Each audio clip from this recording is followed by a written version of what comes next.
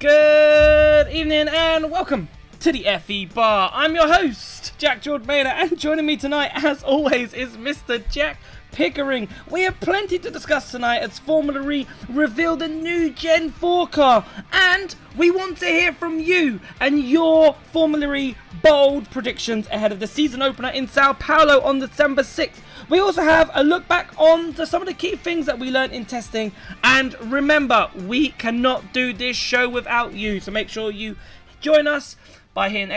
Discord and joining the waiting room and talk about the series that you love. Mr. Pickering, how are you? I've just realised Discord was on the wrong side, so I've just corrected that now. Okay. Because I looked, I thought I was far too bright. I haven't been that bright. No, it's because dark mode on Discord. Don't worry, guys. My camera wasn't even on a minute and a half ago. Yeah, it wasn't even so it's going well. Okay. It's going really, really well so far. We got to talk techie issues, right? Because I've had a bit of a nightmare. You know when you go away? I don't know, right? I don't know what happens. You go away and you come back. If you can hear fireworks in the background, I really apologise. There's just people putting fireworks outside. So if you can hear fireworks coming through my mic, that's what it is.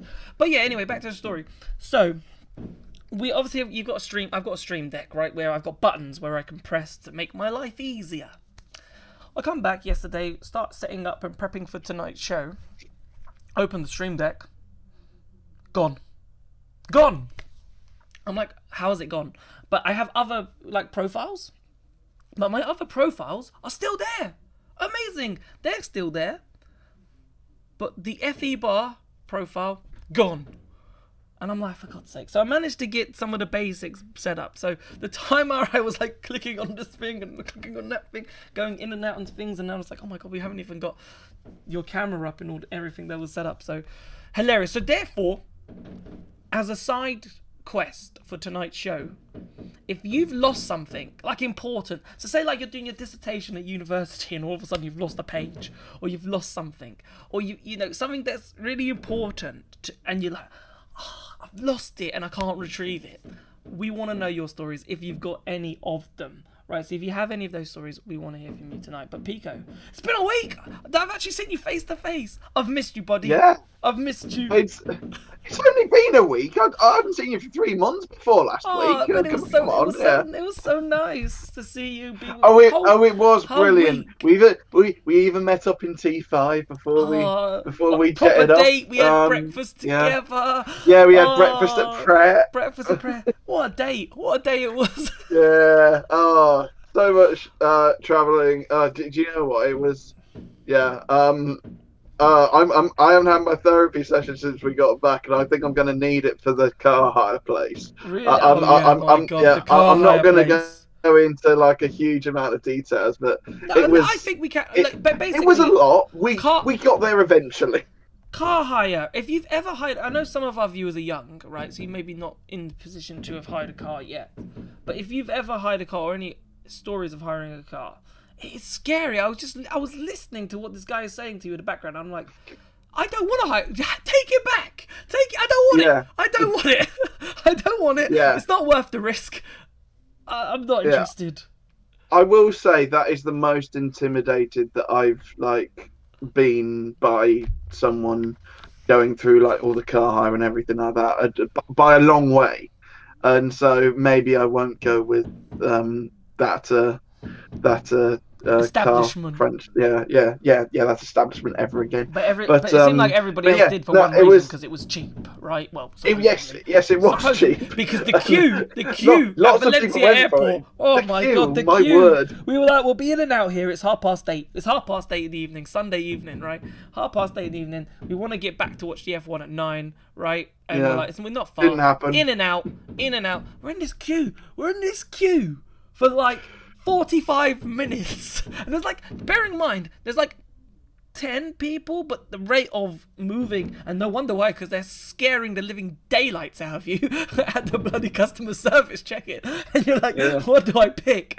And you're like, ugh. So we were watching the race, and then we had the radio coverage of the car. Then we're walking around the car. We're going on the Formula E. We're walking around the car, right? And we're looking for these scratches and all these trying things. to find every little detail so that we've got ourselves covered. I will say though, because obviously you weren't there when I gave it took back. Nancy back. Up and Nancy. But yeah, big up Nancy. It's the first time I've named a hire car.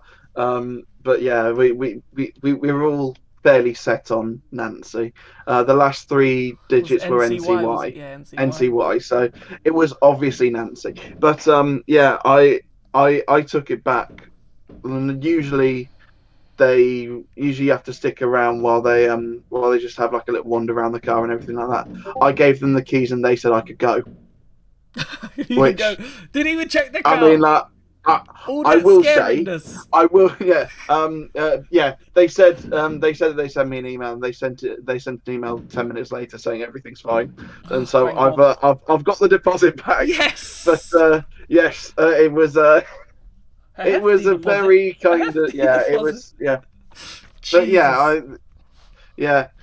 but it was very kind of it wasn't the best car hire experience I've ever had, but what a brilliant car in the Nancy. Oh, it's Luty's mum's name. Big up Nancy. Oh yeah. But yeah, should we talk Gen 4? But should we talk about the rest of the week? It was actually a solid week, to be honest. I really enjoyed it. It was, and I think we can't go on without saying a huge thank you to the two Joshes for leading the coverage across JB Motorsports and Formula E Zone. And we chipped in for parts of it, and then we left them to their devices. And then when they were desperate, they text us saying, "Please come in."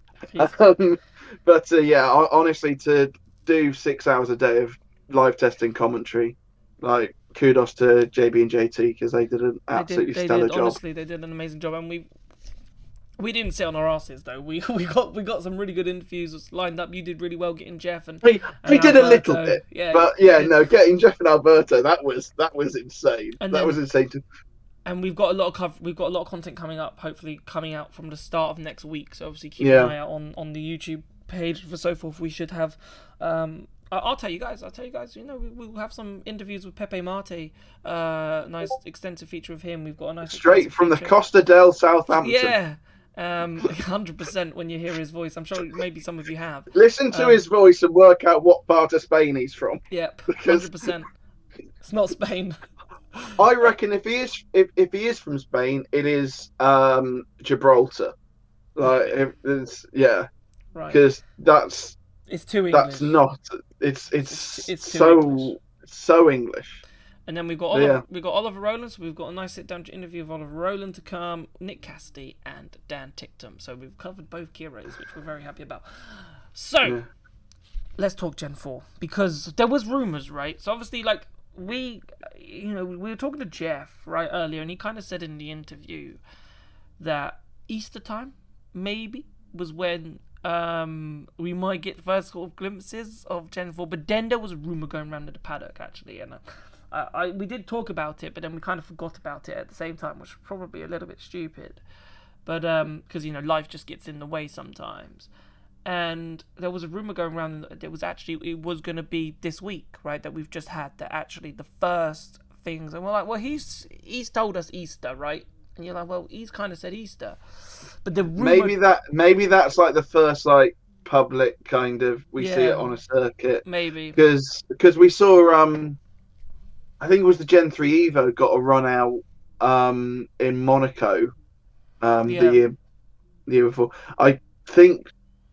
Did Gen 2 get a run out in Berlin the year before? Nico Rosberg? Was that the Nico Rosberg? I think Gen 2 with Nico Rosberg got a run out in Berlin. Yeah. And I think Formula E need to do that, like, massively. Like, Formula E need to just ensure that we get to see this car as much as possible throughout this season. They drip feed the content, because the car looks mega, right? They were saying that it was going to, look good, and it does look good, and that's the important thing, right? That is the important thing. I've had so many people at work come to me and go, "That looks insane." Yeah, and that's what we need, and we got quite a lot of people who are not FE fans, because it makes a horrible noise. So yeah. I think very exciting. The noise will be a big overcoming factor for a lot of these people, but But the Gen 4, if it is going to be what it's hyped up to be, because I've got the stats here, 600 kilowatts or 800, horsepower, 450 in race mode, so that's 600 in qualifying, but it's all four-wheel drive, so we'll have four-wheel drive even at race power, which we don't have currently. So we should have a lot more grip. For example, the usable energy's gone up from 47 to 55.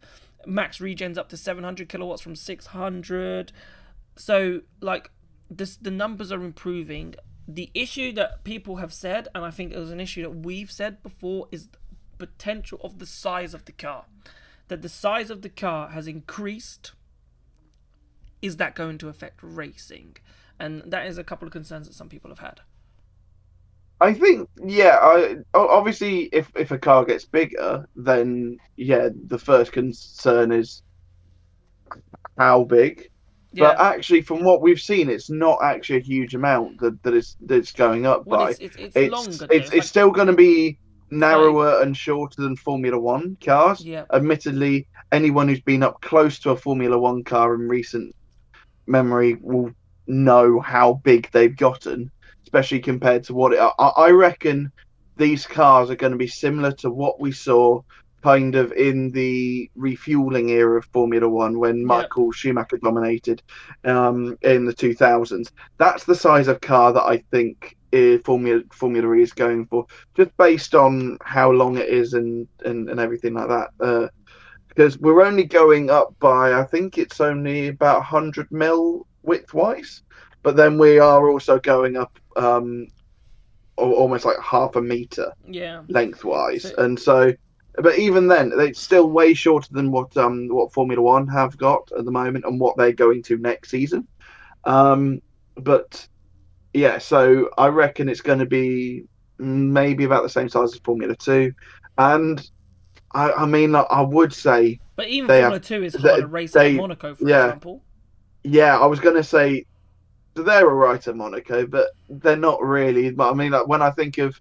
But it want to be about the regen. When I think of F2 at Monaco, I think of that first corner pile-up that there was a few years ago. And then I think, and this is going back a long way, but I think it was in the GP2 days, everyone was stuck at the hairpin for a crash. And I cannot tell you what year that was, but it was... But those were my first kind of couple thoughts thinking about. The only caveat is the regen side of things, right? So the regen side of things will make it interesting because, Formula 2 cars don't need to regen. They can just floor it, go as fast as they can, and so forth. With the regen side of things, will that keep the racing exciting? Jesper in chat actually says, I've got the weight here as 1,012 kg, which is it's basically a ton, right? Yeah, so that's the same size as like a normal road car with all your fittings. It basically weighs a ton, right? But he said it might get a little bit lower in weight as it goes down, but still, though, it's significantly higher than the Gen 3 at 856 kilograms. So I think it's very important to realise that we are still 1 year away. Yeah. So even though they've revealed it, Formula E may still be making some tweakings to it. This is just this is what it's going to look like, and then we're kind of dialing it back from there. Yeah, but they don't have long to dial it back because obviously we're not far away. Right, the waiting room is full, right, at the moment, and just because it's full doesn't mean we don't want to hear you. We want to hear from as many people because we want to get your bold predictions tonight. And we've got testing that we want to talk about, but we'll let you dictate what it's your show. So if you want to talk about a certain team, talk about a certain team. If you want to talk about Gen 4, talk about Gen 4. If you want to talk about your bold predictions, talk about your bold predictions. If you want to tell me what you've lost that was really important and you were gutted and you were heartbroken about, let me know. I will say, my heart just before we came on, right, and I won't delve into it any further, but I thought of when Jack said that, I thought of something really dark. So please, just keep it light. Yeah. Keep it light and breezy with that. Yeah. Yeah. I would agree. Light and breezy. Yeah, right, where should exactly. we go first? I want to go and speak to Connor. Connor. I think it's Connor. Connor Daly. Yes. His name. Yeah, it is. Connor, you're on the FE bar. How are you? IndyCar's Hello. right. Sorry, once again, let me pause the YouTube stream Yeah, quickly. we- I've we- got two. yeah, you I've don't got want two to- of you Hearing in my us in ears. stereo. Yeah. So. Hello. Oh, hello. Yes. How are you? I'm okay, thanks. How Good. are you? Good. What would you like to talk about, and then we'll go from there. I would like to talk about a bold prediction, and I've also got something that I've lost. I've got to write these. Oh yes, excellent. Right, I've got to write these bold predictions down. I'm going to write these bold predictions down so we can come back and I can clip them up so we can look back at them at the end of the season. Go for it, Connor. I'm gonna get. So I'll start with the bold prediction. My bold prediction. I don't know how bold this is, considering what happened last year, but I think all 20 full-time drivers will score points. But I think I'm going to up it, and I'm going to say all of them will score points on 2 separate occasions. So every driver will finish top 10 twice. Yeah, that's fair. And that's like full-time drivers, not any. like, I you know. don't think we should have any stand-ins this season. There isn't any clashes, so Yeah, good bold there's prediction. no clashes, so unless someone gets replaced. You mean Formula E and WEC have actually talked about their calendar? Yeah, What? Yeah. for once in their lives. Oh my god! It's a miracle. I like that no. prediction. So Zane Maloney's going to score not just 1 point; he's going to score more than 1 point on At least 2 occasions. At least 2 points. And it has to be in the race. I don't want to see him fluke in a pole position. Pole That position. doesn't count. Does that not? So pole position. It's gotta be a points top don't 10 count. It has finish. to be a top 10. It's got to be a top 10. I'll write that down. Make sure it's a top 10. Top 10 finish. What's the thing that you lost? Right. So I did eventually find this item, but I'll explain the story. So when I was like, I forget, it was a couple of years ago now, but I went to, it was like a summer fair at my old primary school. And this was when I was in like 6th form. So it's been like years and years and years and years since I've been there. And I sort of went in and I was just looking around because, you know, why not? As you do.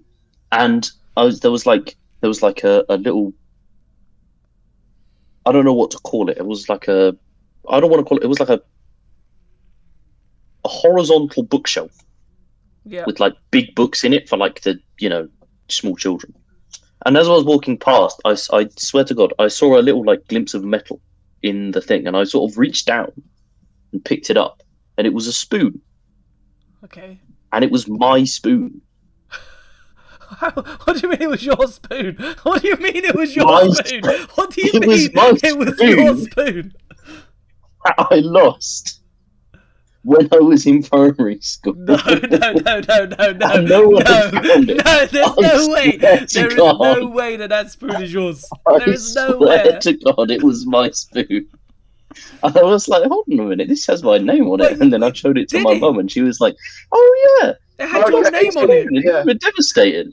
If it has your name on it, that makes sense. If the thing is, I think me and Jack were just thinking, oh, it's just a little silver spoon, like. But I think it had my name. I don't know. We might have gotten rid of it since because I to be fair, I've got little cutleries with my names on from when I was. So you're saying basically that spoon was in the library or something like that bookshelf, and it's been in that bookshelf for 7 years. Probably. Well, no, I think because you're in 6th it was form, probably right? more than that because I think it was it probably I would have lost it when I was in like reception or year 1 or year 2. Oh my God, you're telling me that's been in there since you were 4 or 5 years old. For like 10 plus years when I found it. 15 years later, I found my spoon. That is brilliant. That's brilliant. I want someone to top that. I swear to God, no one's topping that. Did you also lose your sanity and then find it at some point, or did you? That's unreal. I mean, I believe I have lost my sanity. Whether or not I'll find that ever is a different question in time. That is unreal. Yeah, understandable. Completely understandable. Basically, your primary school just hasn't been cleaned. That just not been cleaned. Pretty much. Never been cleaned. It's kind of a bit concerning they didn't find a spoon in a box full of books for 10 plus years. Wow. But you know what? That's incredible. And the fact that it like it's like one of those like things in a. It's like Harry Potter, isn't it? That it's like this little spoon, you haven't seen it in a while, and all of a sudden it just shines at you. And just you. It just shows you, well, hi. That's mad. I love that. That is incredible. What did you make of testing then? Anything before we move on? So just, what did you make of the preseason test that we had? Anything surprise you? Anything can't stick out? What do you want to talk about? Not really. I think the speed of Mahindra was a bit. Yeah. I don't want to say shocking because I think they look strong in the back end of last season, but I think if they can carry that. Everybody always says it, don't they? If they can carry that through to the season, then they'll be good. But let's talk. We don't know, do we? We can talk about Mahindra. Extra weight. Do you think? Okay, they've got two good drivers, right? And they're in their last year, by the way. Now, Eduardo Mortara and Nick De Vries of their Mahindra contract. Huh? Okay. They are. But you just started. They're in their last year, right? they're in I was about to say, I know they haven't confirmed for Gen 4 yet. No. I think they should. That's a threat. I mean, Mahindra Racing. Win a race or done. No, Mahindra Racing will be on the grid next year. Whether they'll be a manufacturer or a customer team is still yet to be decided. But both drivers signed a 3-year contract, and we're in that final year of that 3-year contract. But both Mortara was obviously the quickest in testing. De Vries wasn't too far behind. I think they've been slowly going about their pace, and if they've taken another step forward software, I know we saw fastest times with for example, Maximilian Gunther. I go back to Maximilian Gunther because that's when he was fastest in 5 of the 6 sessions, and he's the man. But the way that Mahindra have slowly gone about their work and slowly increased performance and added layers, I wouldn't be surprised actually if they are in a position where maybe they're fighting at the front. Yeah, I mean, I think it's taken a bit of time because I know they're the biggest car manufacturer in India, or at least part of. Yes, one of them, yes. Yeah. But it's they don't have the Volkswagen behind them or something some of the other teams. So it's maybe it's taken them a bit of time to get up to the true top. But I think it looks like they're there now. Oh yeah. And for me, it just shows what a good job Frederick Bertrand has done. And if Mahindra, Mahindra should be on the grid. I'm 100% sure. Frederick Bertrand has told us, right, that they're on the grid for next season. Right? It's just in what capacity we don't know yet. But as a team principal now, I'm Frederick Bertrand arguably could be one of the best team principals on the grid because of the progression that he's shown. You have to remember, he took Mahindra over. They were 9th, 10th in the team's championship, and he's gone up and they finished 4th last season. And they go into pre-season testing ahead of season 12, and they're set the fastest times. They were up there in every test session, and now you're okay, if you can turn this into those race wins, if you can turn that into wins and podiums on a consistent basis, then the progression that he's put that team through is incredible.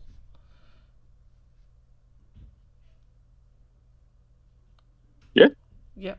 Fully agreed from Connor. Yes. Yes, agreed. I agree. Splendid. Well, Connor, thank you so much for coming on. Thank you for having me. And no, you're more than welcome. And we'll speak to you later, okay? All right. Thank you.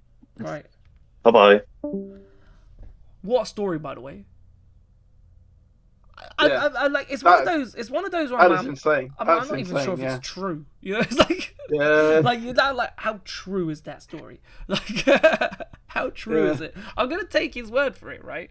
But how true is that story? Right, I want to speak to SB10. SB10, Sam Bird, #1 biggest fan, all the way from America. How are you? Oh my god, you guys scared me there. I was just listening to the live show and it was a few seconds behind, and then y'all just appeared in my ears. Yeah. But yeah, I haven't. That's what we do best. So long. How are you guys doing? We're very well, thank you. Good, We're very good. well. All the better for Yourself? Yeah. Yeah, I'm glad to hear it. I've been it's been great. Just been busy, as I'm sure you guys are as well. Yep. And congrats on your Gen 4 videos. Thank you. Done really well. May have also looked at it myself just to get all my notes down because you had it in such a clean way. But yeah, let's talk Gen 4 because I'm sure that's what you want to talk about. Yeah. Firstly, what do you make of the car? And then, in your video, you talked about critiques and stuff. So I thought we'd explain that and we kind of build upon that. So I'll let you go and talk and build upon that. Yeah. So, I mean, for starters, I was a huge fan of the Gen 2 car. That was, I still say to this day, maybe the greatest race car design ever conceived. But when the Gen 3 came out, like I don't want to be negative over here, but I was pretty disappointed, to be completely honest with you. Because I love the Gen 2 so much, and even though the Gen 3 now with the Gen 3 Evo, the racing has definitely improved. But just aesthetically, I just wasn't a huge fan of it. But with this new Gen 4, I mean, it certainly looks good. It looks the part. And again, like it's a lot more conventional. Looks more like a open wheel Formula car and be like a Super Formula mixed with like a F2 mixed with the current Gen F1 cars. Yep. But I feel like there is enough like Formula E flavor in there, if you get my drift. But just in general, I'm super excited about the performance stats of this car. I mean, 800 horsepower is insane. And couple that with the improved aero, couple that with the improved tires from Bridgestone. This car is going to be a beast when it comes out, and I can't wait to see it smash all the records. But again, I did have my concerns for it, especially with the size, especially with the weight. I always enjoy street racing. Street racing is my preferred type of racing, especially when it comes to Formula E. Yep. And I feel like there is an element of that will get lost with this new car, especially with circuits like London, circuits like Tokyo, that I just don't think will be feasible with the speed and the size of these new cars. Yeah. It's really awesome that you speak about Tokyo because we have been that was brought up in the roundtable that we had with Jeff Dodds. And they're fairly confident that Tokyo, they can adapt Tokyo. There is enough space to sort of adapt Tokyo. And London, unfortunately, this is the last season of London. I'd be amazed. Well, at the XL, Anyone who listened to the Alberto Longo interview last week during testing, Alberto's very passionate about staying in London. So we shall see. That's like a separate topic. We'll cover that, and we covered that a lot. We covered that a lot during testing. But let's just stick to Gen 4 for 2 seconds. But we're gonna lose the XL, which is arguably one of the better locations in terms of a race, mainly because of public transport and the way that people can get to that race and the facilities that come with it. Obviously, it's all indoors, so you don't have to worry about the rain. So it creates that really good family feel for those that have been. So that's important. Yeah. However, that's... And I mean, I know... I'm sorry, go ahead. No, I was just going to say, it's just now that's very likely going to go. Yeah, and I know you guys have all been to the London XL, and I know I've heard great things about it.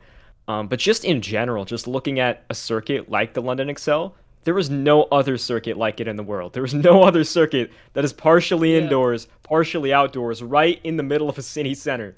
So I honestly, people were hating on London just for it being tight, overly tight, especially with these new cars. But I honestly love it. I wish we could keep it, but it's just not feasible anymore. It really isn't. Yeah, it's a shame really because that would have been our Monaco, and I don't think there was a problem of that becoming our Monaco in a sense. But there are a couple of corners, and they are right there. The Absolutely, as they leave the XL to go back outside and so forth, the turn 3-4 complex is a little bit tight, but that's that. But the car, I think Monaco is the biggest litmus test. I think for whether or not, or maybe Sao Paulo let's go Monaco because Monaco will definitely be on the calendar, right? Because obviously we've had Formula E has waxed lyrical about how they've turned Monaco into one of the greatest racing street tracks on the world, right? Because we can have all these overtakes.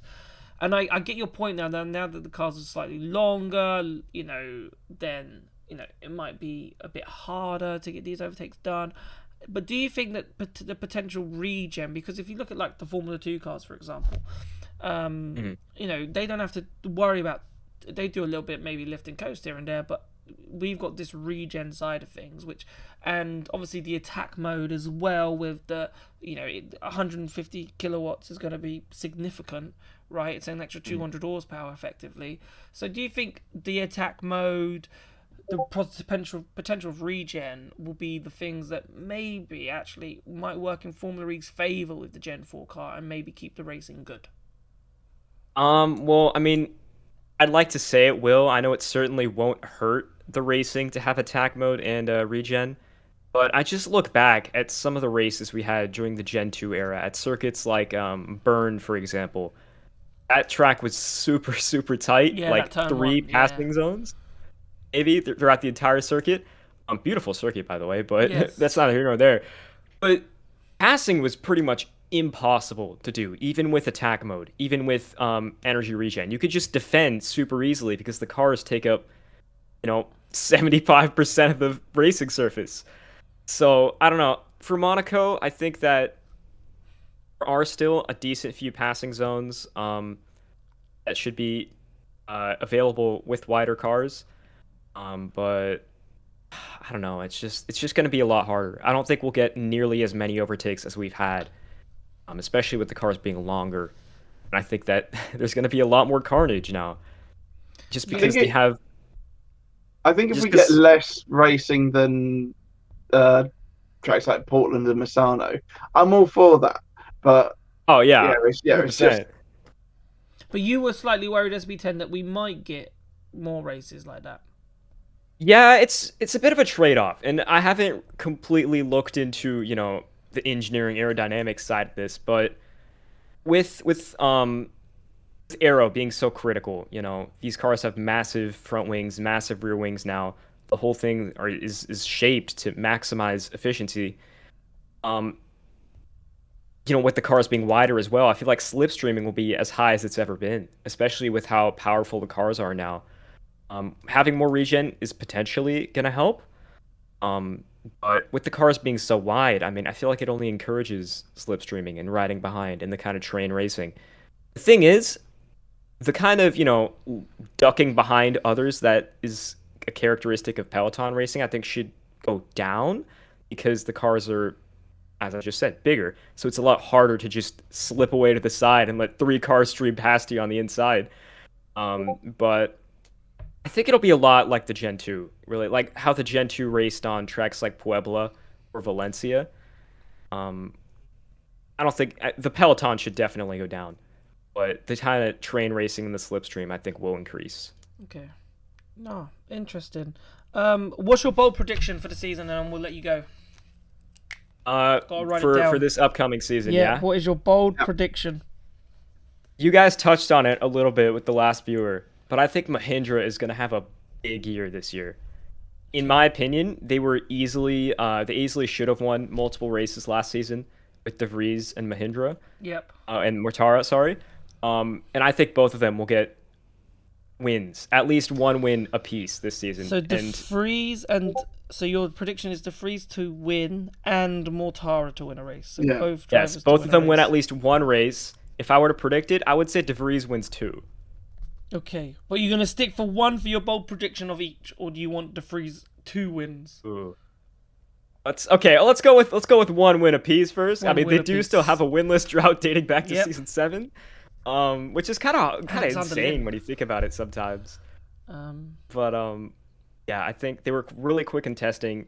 In all honesty, they were really quick last season as well. Probably should have won a race, but I think definitely this season they'll have it polished down, and they'll be dark horse championship contenders, I think. Yeah, to be honest with you, I'm one of those people. I believe in testing. I believe that there's got to be something. There's got to be something. They didn't do that last season and doing it this season, so therefore there's got to be some, improvement somewhere. There's got to be some improvement somewhere. So, fingers crossed. And as I said, for Frederick and his team, what a rate of improvement. What a rate of improvement it could be. So yeah, Mahindra definitely are up there, and interesting to see if they can turn that testing we'll know in Sao Paulo, right? If they Yeah. qualify top of their qualifying groups and are quick in practice, then we'll be like, okay, Mahindra are here to play.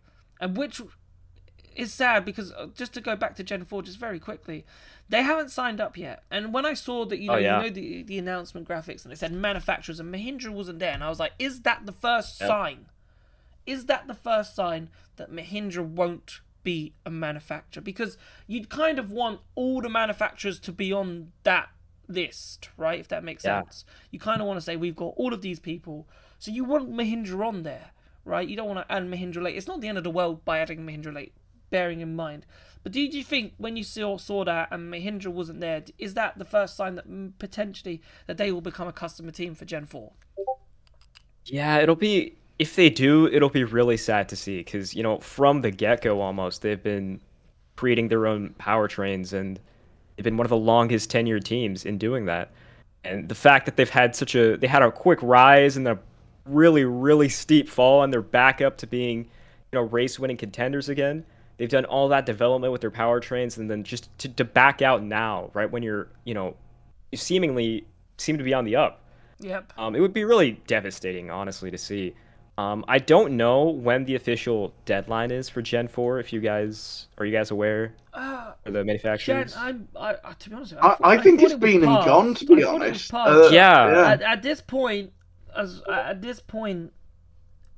it can't be any later than January. It can't be any later than January, right? For them to decide because they've also got to start building this thing, right? Oh yeah, Mahindra, they've left less than a year now. But the problem is, right? The problem is what I'm saying is they may have not have announced it, but things may have been signed off, or things may have started in the background that we don't know yet.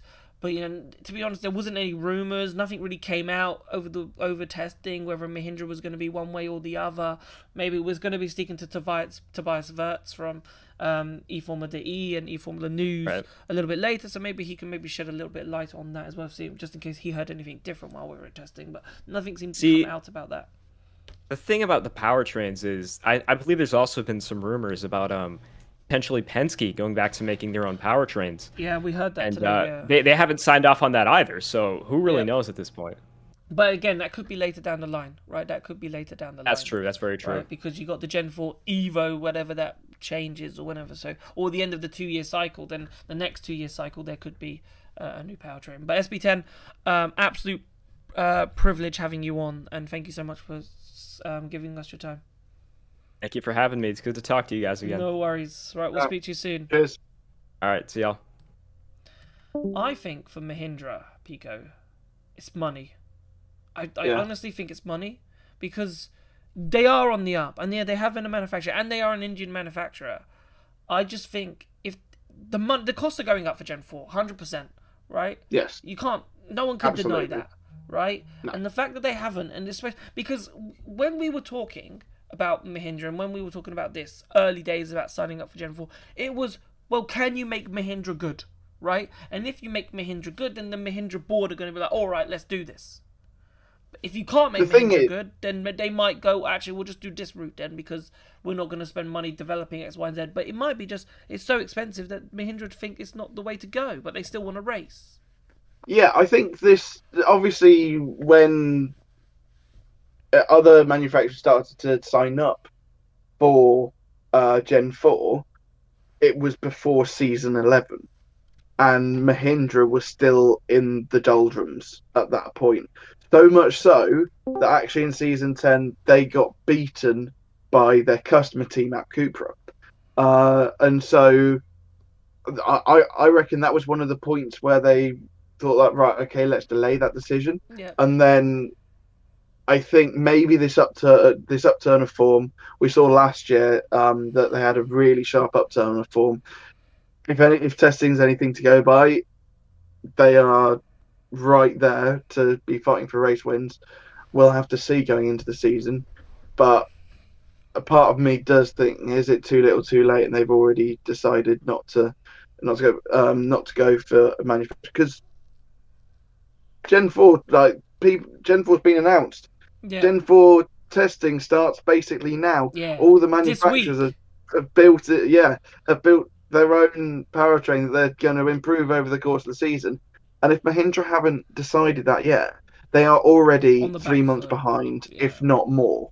And they're going to continue to be doing that if they don't make a decision until January. So I honestly think that was the decision. When we saw that Mahindra's name wasn't there, I think Mahindra are becoming a customer team. I'd be shocked now if they become a manufacturer. I really would.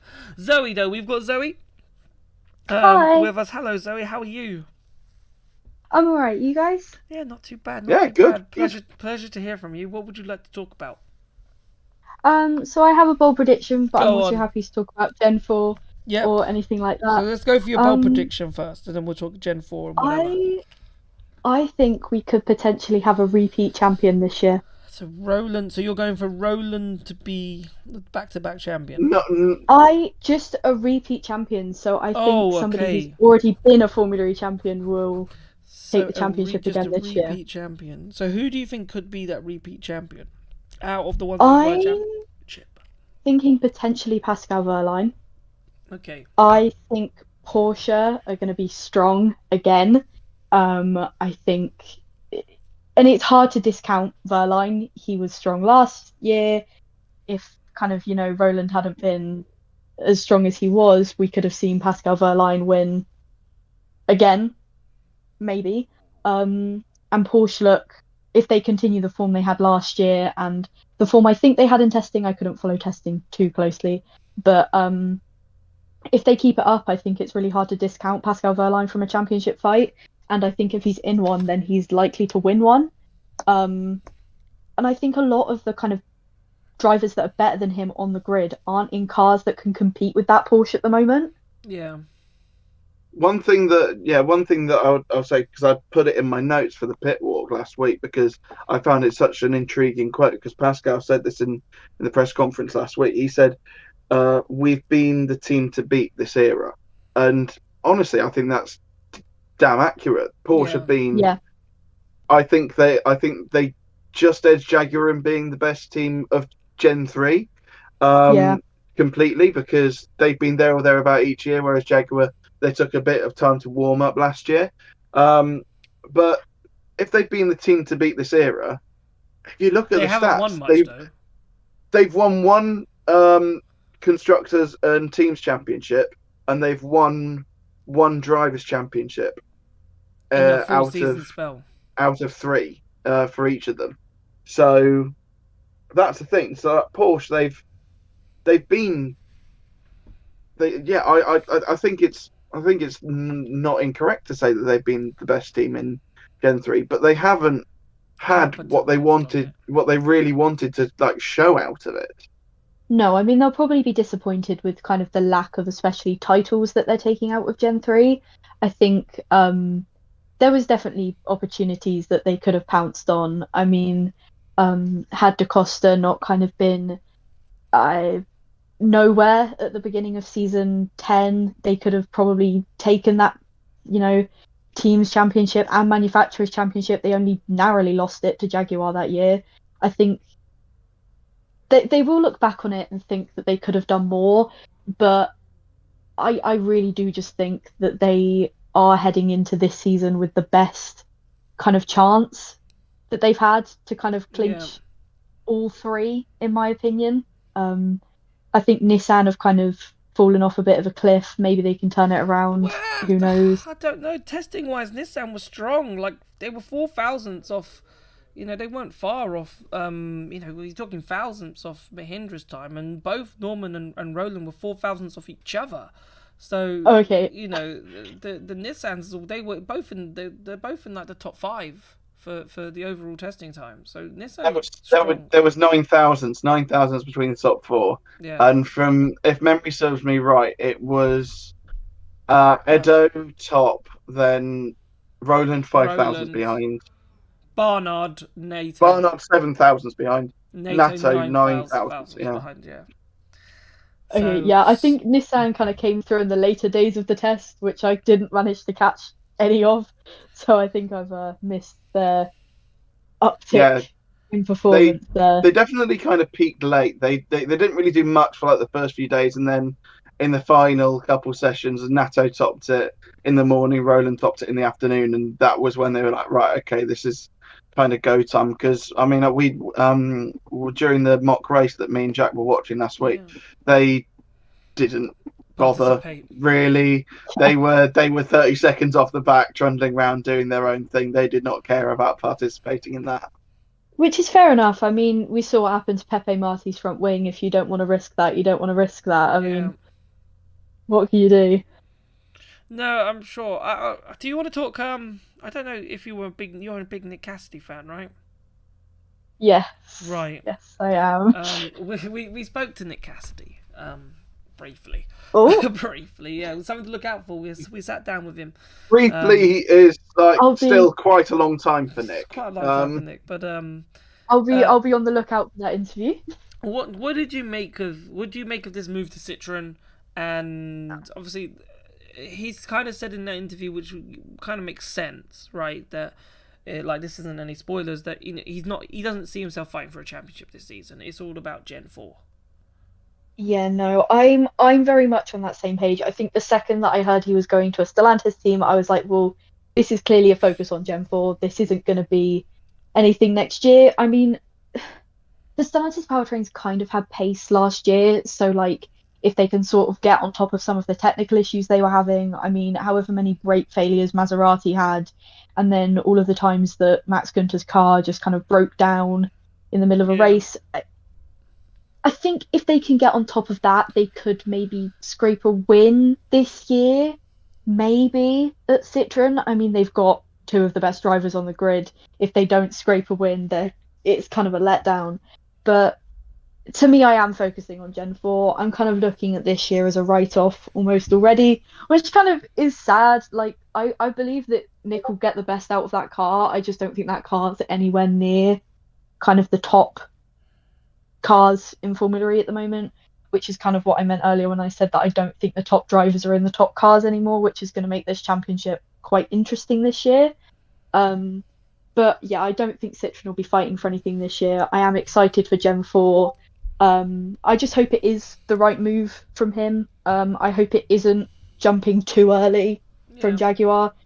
I know it looked like a sinking ship, but maybe they managed to plug the holes and keep it afloat, which I think I saw that would kind of suck. I'm trying to think. I think I saw a tweet. Is Jev not racing in the Bahrain 8 hours to focus on? Pico might know this. I'm not sure if he's racing this weekend. But he's not racing next season. Oh, yeah, I think he's doing Bahrain. So I have no idea. So he is doing Bahrain. I saw this tweet and I didn't actually like process what it meant. I thought maybe because I know that they're testing Gen 4, I thought maybe he's not racing this weekend because we spoke to Cassidy and obviously there was talks about him obviously also partnering Jev in next season, and that seemed to be so. Obviously he's made a decision, but to focus on the Citroen's Gen 4, progress basically. So it just shows how much Jev is going right. Actually, I need to, because Jev's had a bit of a not a torrid time, right? But if Jev is focusing heavily on making sure that Gen 4 car is developed, then he wants to win because that's just Jev in his nature. And if Jev wants to win and he wants to develop, then obviously that will help Nick Cassidy. Yeah, and I think that's a great thing. I think when I saw that, I was initially a bit apprehensive, like, oh, I don't really know what this means, but like, yeah, I think it's clear that Citroen have a lot of kind of passion to actually get back to the top of the sport. Like, they seem to actually have like a vision, a drive to kind of actually do something, actually kind of like make their name known in Formula E. Obviously the Stellantis kind of brands have been a bit of a carousel of what's in and what isn't, but I think Citroen seem like they have at least plans to be good. So that is encouraging. Hopefully they can execute that. I mean, the Gen 4 car in general just looks awesome. So it looks great. And I think a lot more eyes are going to be on Gen 4. So if they can produce a great car for Gen 4, it would be great. Because if you come out of the blocks firing when all the eyes are on Formula E, then it's really best case scenario, I guess. Yeah, indeed. What was your initial thoughts, just to end? What was your initial thoughts on Gen 4 cars, seeing the reveal? What was your takeaways? I really like it. I mean, I do. I mean, I don't know much about engineering. I don't know much about aero or anything like that. But from a pure like aesthetic, I really like the car. I think the reactions to the car have been really positive as well, which is encouraging. I'm seeing a lot of people who've previously, been responding to my tweets being like, "What even is Formula E? Like, why do you watch Formula E?" Now kind of being like, "Oh, this car looks really cool," and it's like, yeah, it is cool. I think it is a really nice looking car, and I think it is kind of fixing some of the problems of Gen 3 in that the car just didn't look very nice. Um, I really like it. I think it is a really positive step. I was kind of apprehensive about like the focus on, getting quicker over like producing better racing, but I think it looks good for sure. Obviously, we haven't seen how it will race. I'm a bit nervous that it might like SB10 was saying, potentially the racing might kind of suffer because of the car. But I'm all for going back to the more Gen 2 style of racing. To be honest, I'm not really a fan of the current pelotons. So if it can fix some of the problems of Gen 3, I think it will be great. Splendid. Zoe, thank you so much for coming on. Thank you. No worries. We'll speak to you soon. Okay. Okay. All right. Bye. See you later. I've just. Jack, Jack, you messed up there. Zoe, You messed up there. I normally drag the person out of I normally drag the person out and Zoe's left, and I've ended up dragging myself out because it was like, well you're done. the next person next. I was like, okay, Well done. well done, me. Right, so we're gonna take a very short break, quick and break. we'll be back at 9:00. Where we'll be speaking to Tobias Wirtz from eFormel D. So we'll see you in a few minutes.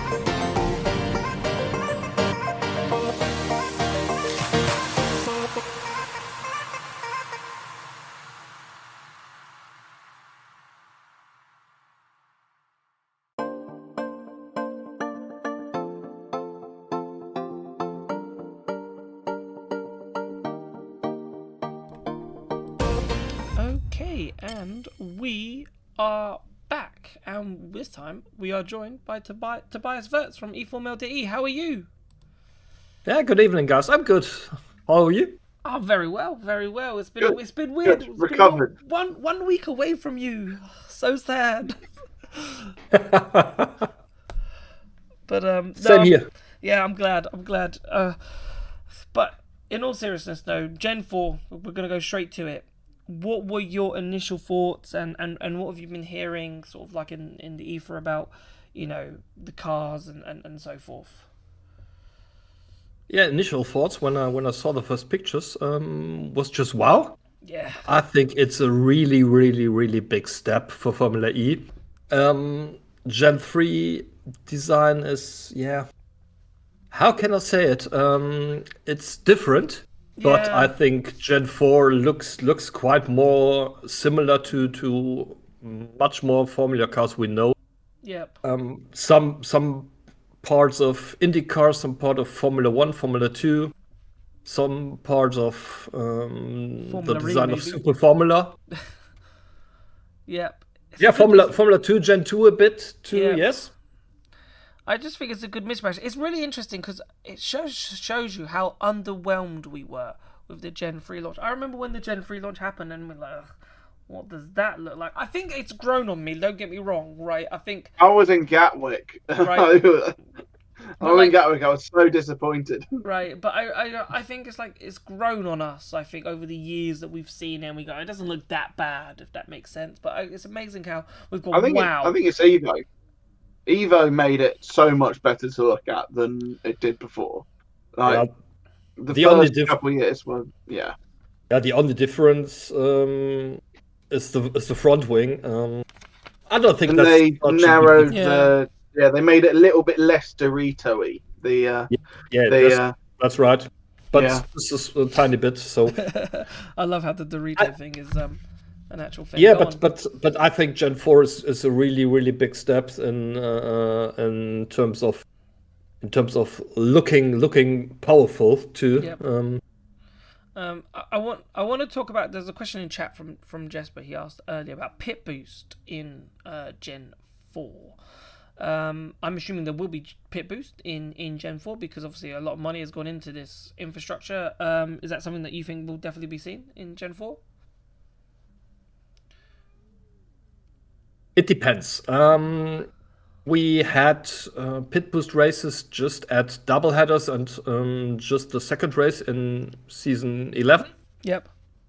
So it has not been communicated if it will stay the same in season 12 or not. Yeah.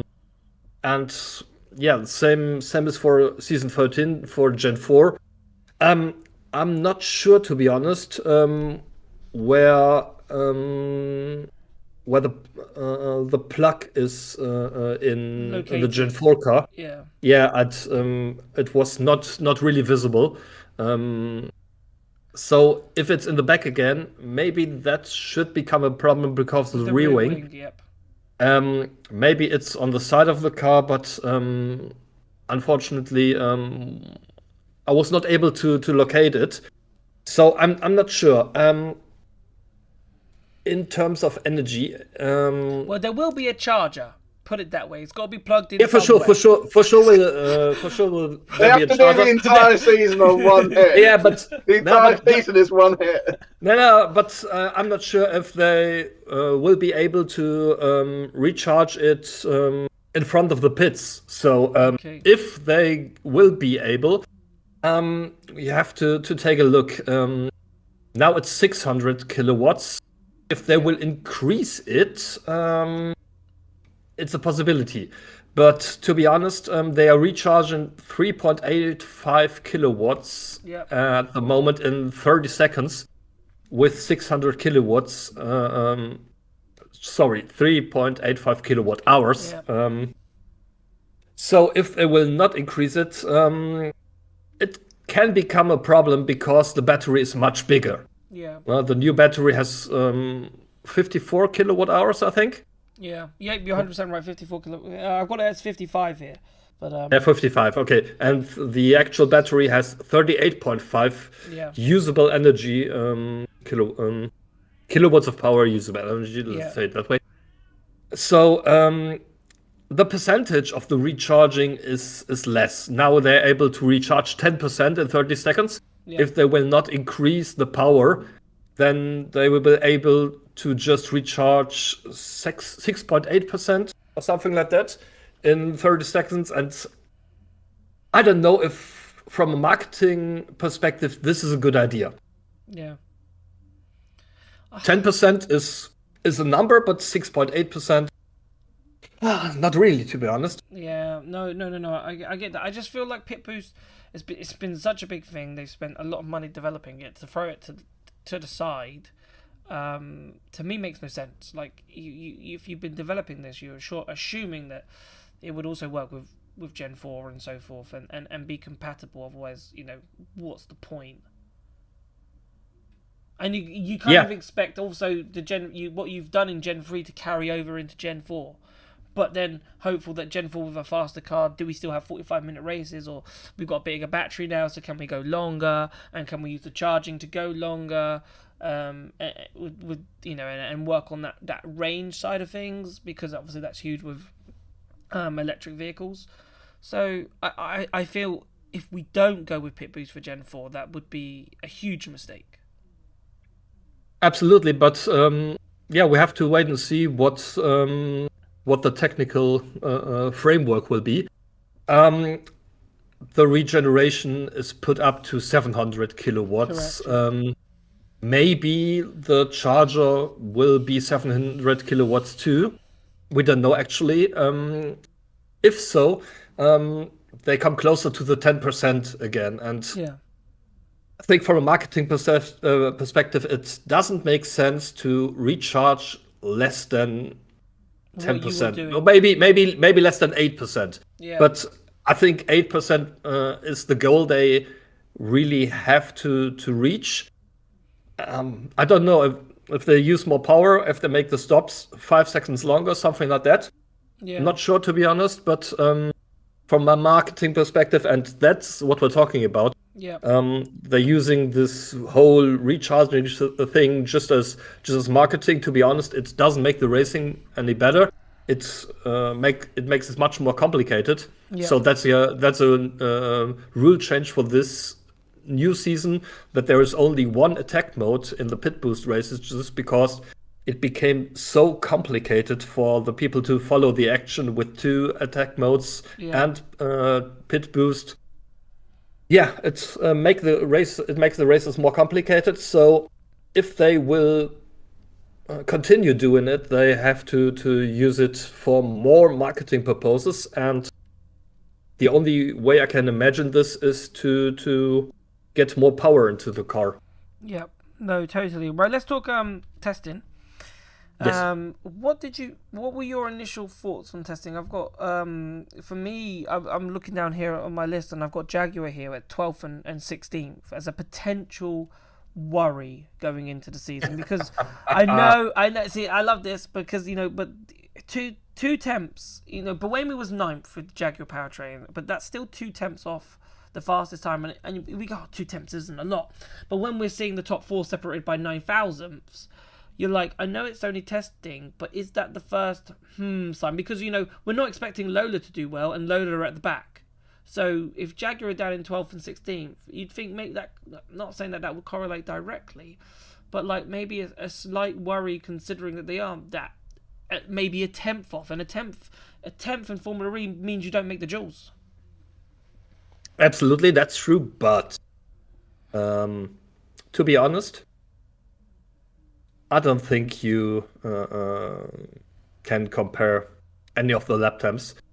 I know there have been drivers that had 20 or 30 kilograms of ballast in the car during the test, just to it was just sandbagging. So I'm not sure if the performance we have seen from the Jaguar cars, for example, is really the performance the cars were able to do. In the last season, they had a really strong end of the season, but we have to say the tracks where they did it were Berlin and London, and those are two tracks where the Jaguar cars have always been quick. Yeah. I think Jaguar has won 4 of the last 6 races in London and 5 of the last 6 races in Berlin. I'm quite sure with Jaguar powertrains. Yep. And yeah, that's very specific for these 2 tracks. So I'm not sure if Jaguar is really such a dominant team in the new season again. But to repeat what I said, the lap times in Valencia are not comparable.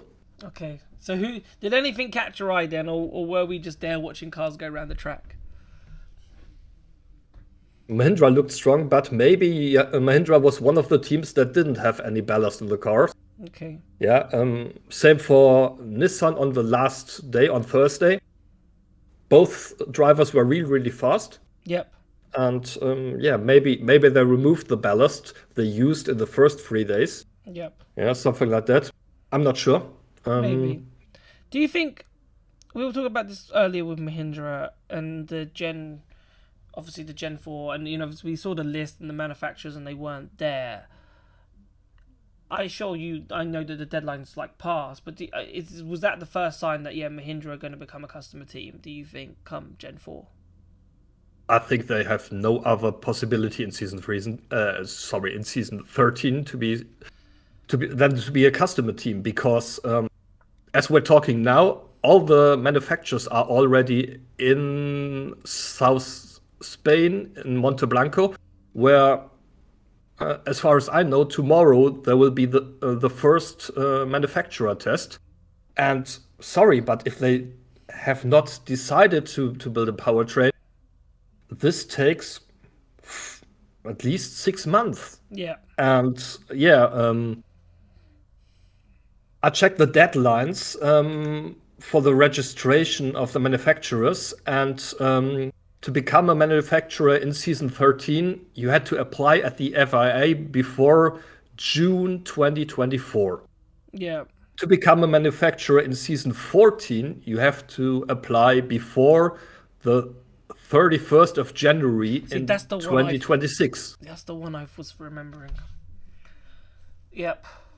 So so for next season. But you're assuming if they're going to become a customer team for next season, they want to become a manufacturer for season 14. What's the point? Maybe the point is that Mahindra is a really big company in India. Yes. And what I can imagine that they want to have their own powertrain in the car just for marketing reasons. Yeah, but then if you do it for season 14, you've only got 1 season in this 2-year cycle, so you might as well wait for season 15. That's right, but the problem is, I think Pico mentioned it, is money. Yeah. And to be honest, the Formula E teams don't have many sponsors. Yes, it's very true. We saw that alarmingly in testing.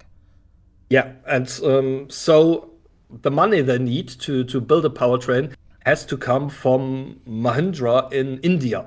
Yes. And if they had not decided to put the money in the team, not in the team, in the powertrain, they are not able to produce or get a powertrain produced by themselves. That's something that has to come from India, that has to be paid from India. And yeah, if Mahindra took so long for the decision, there's no chance that they will be running a Mahindra powertrain in season 13. Yeah. Maybe they already did, but no one did communication about it. But then I'm wondering, from a marketing perspective, why they didn't tell anyone that they have a powertrain for Gen 4 for next season. Which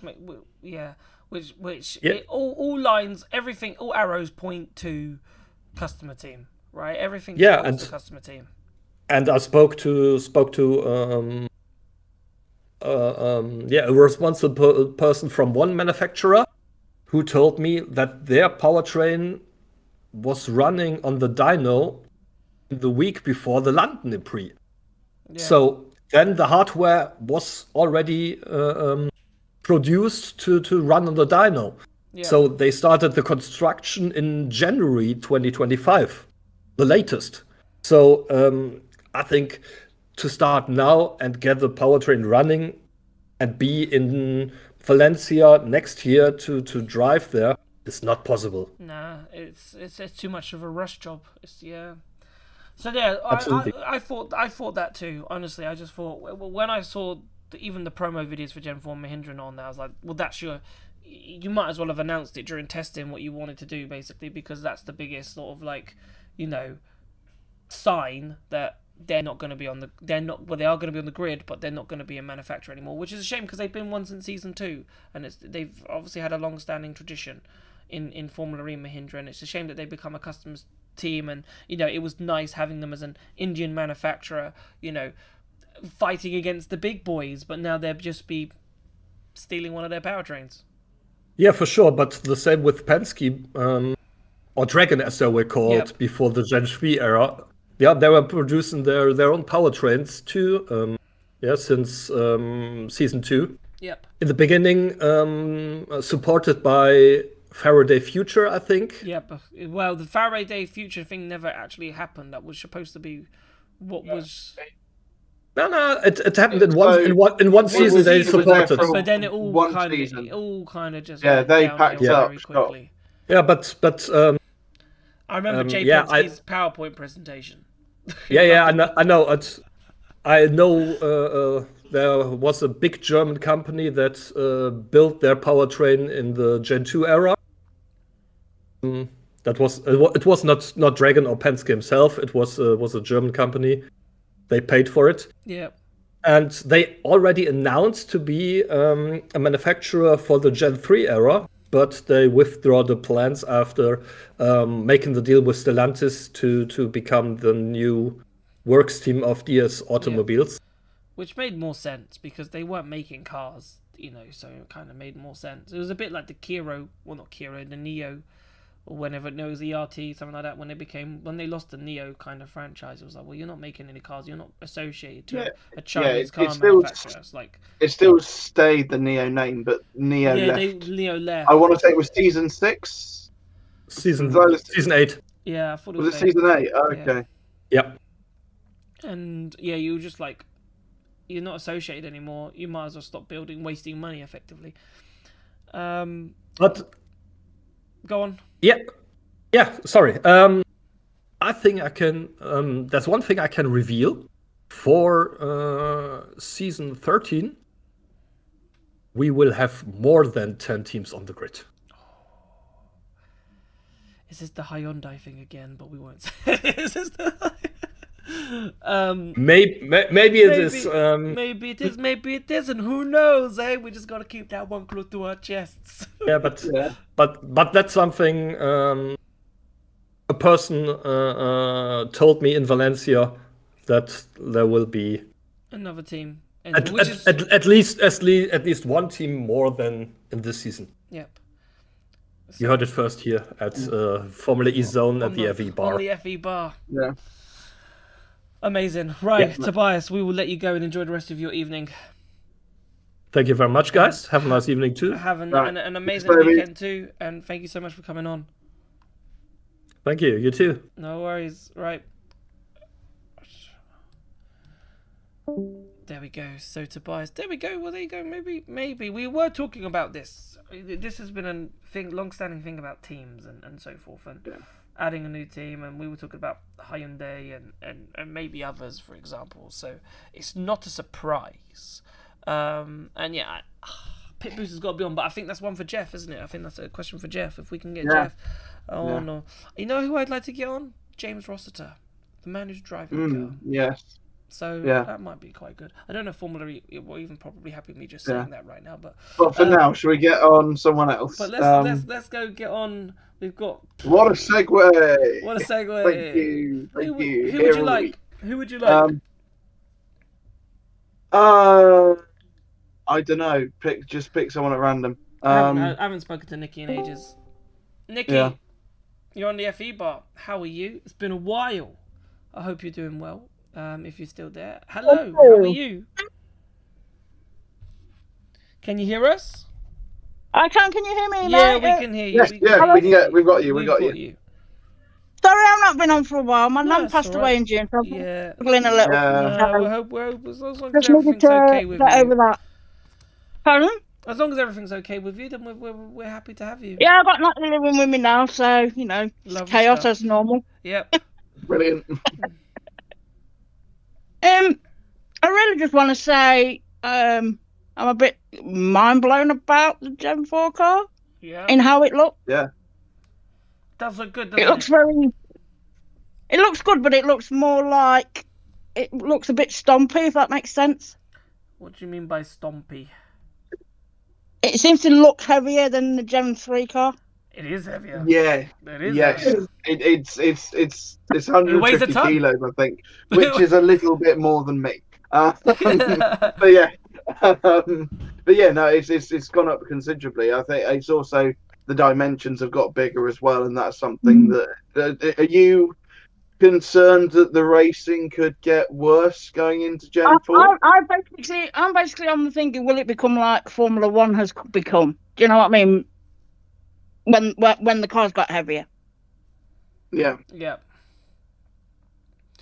That's my only concern. I'm not saying I don't like the car, and obviously Evolution has to move on, but I think it will help when we see the car, because you know when you see Yeah, pictures, we need to see it in anger. you know when you Yes, see obviously, pictures, right? It kind of gives you these not false pretenses, but like worries, and when you see it in person, it was a bit like me with the Gen 3 and the Gen 3 Evo. Maybe the Gen 3. Go back to Gen 3. You look at it for it's an ugly car.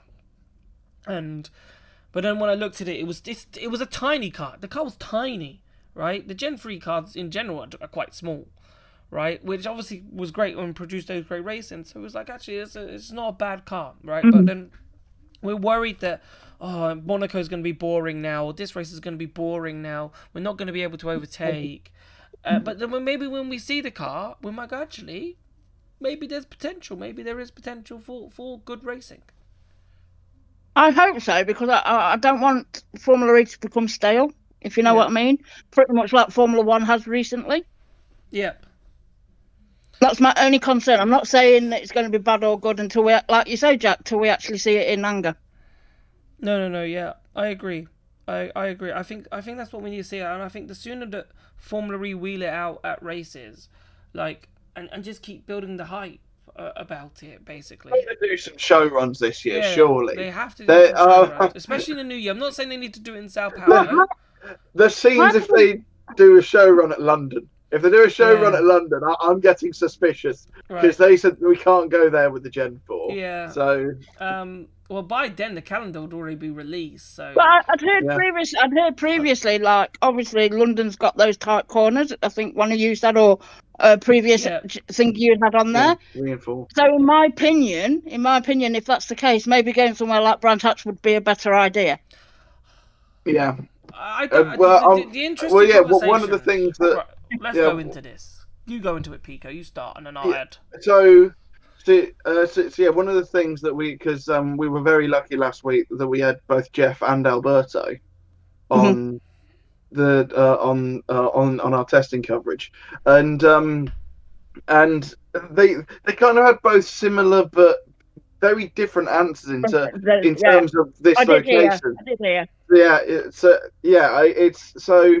Jeff said he wanted to establish a home for F3 in the UK for Gen 4. Correct. Whereas my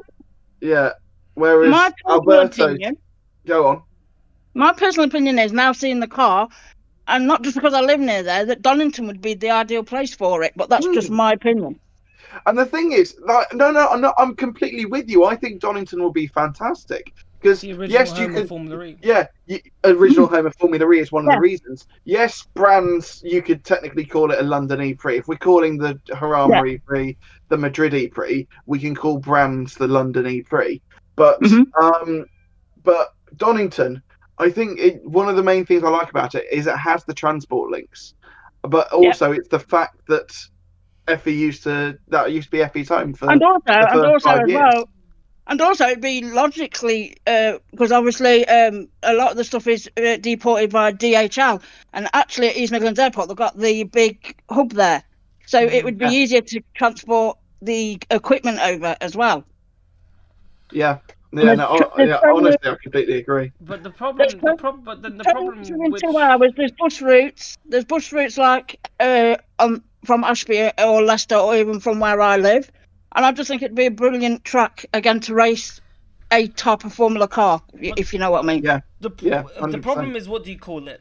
Because it would have to be the British E-Prix. I can't have to be like the British. Like but we don't have. But Formula E don't have, and this is, I think, where we go to Alberto's They have point. done it. They have done it in the past. They did it for Bern. Because the Bern E-Prix. No, it was actually officially the Swiss E-Prix. Really? Everyone called it the Bern E-Prix, but officially it was the Swiss E-Prix. All right, then. And that's and I believe that was the first time that they went down a different, went through the country route, the country route, and not the thing.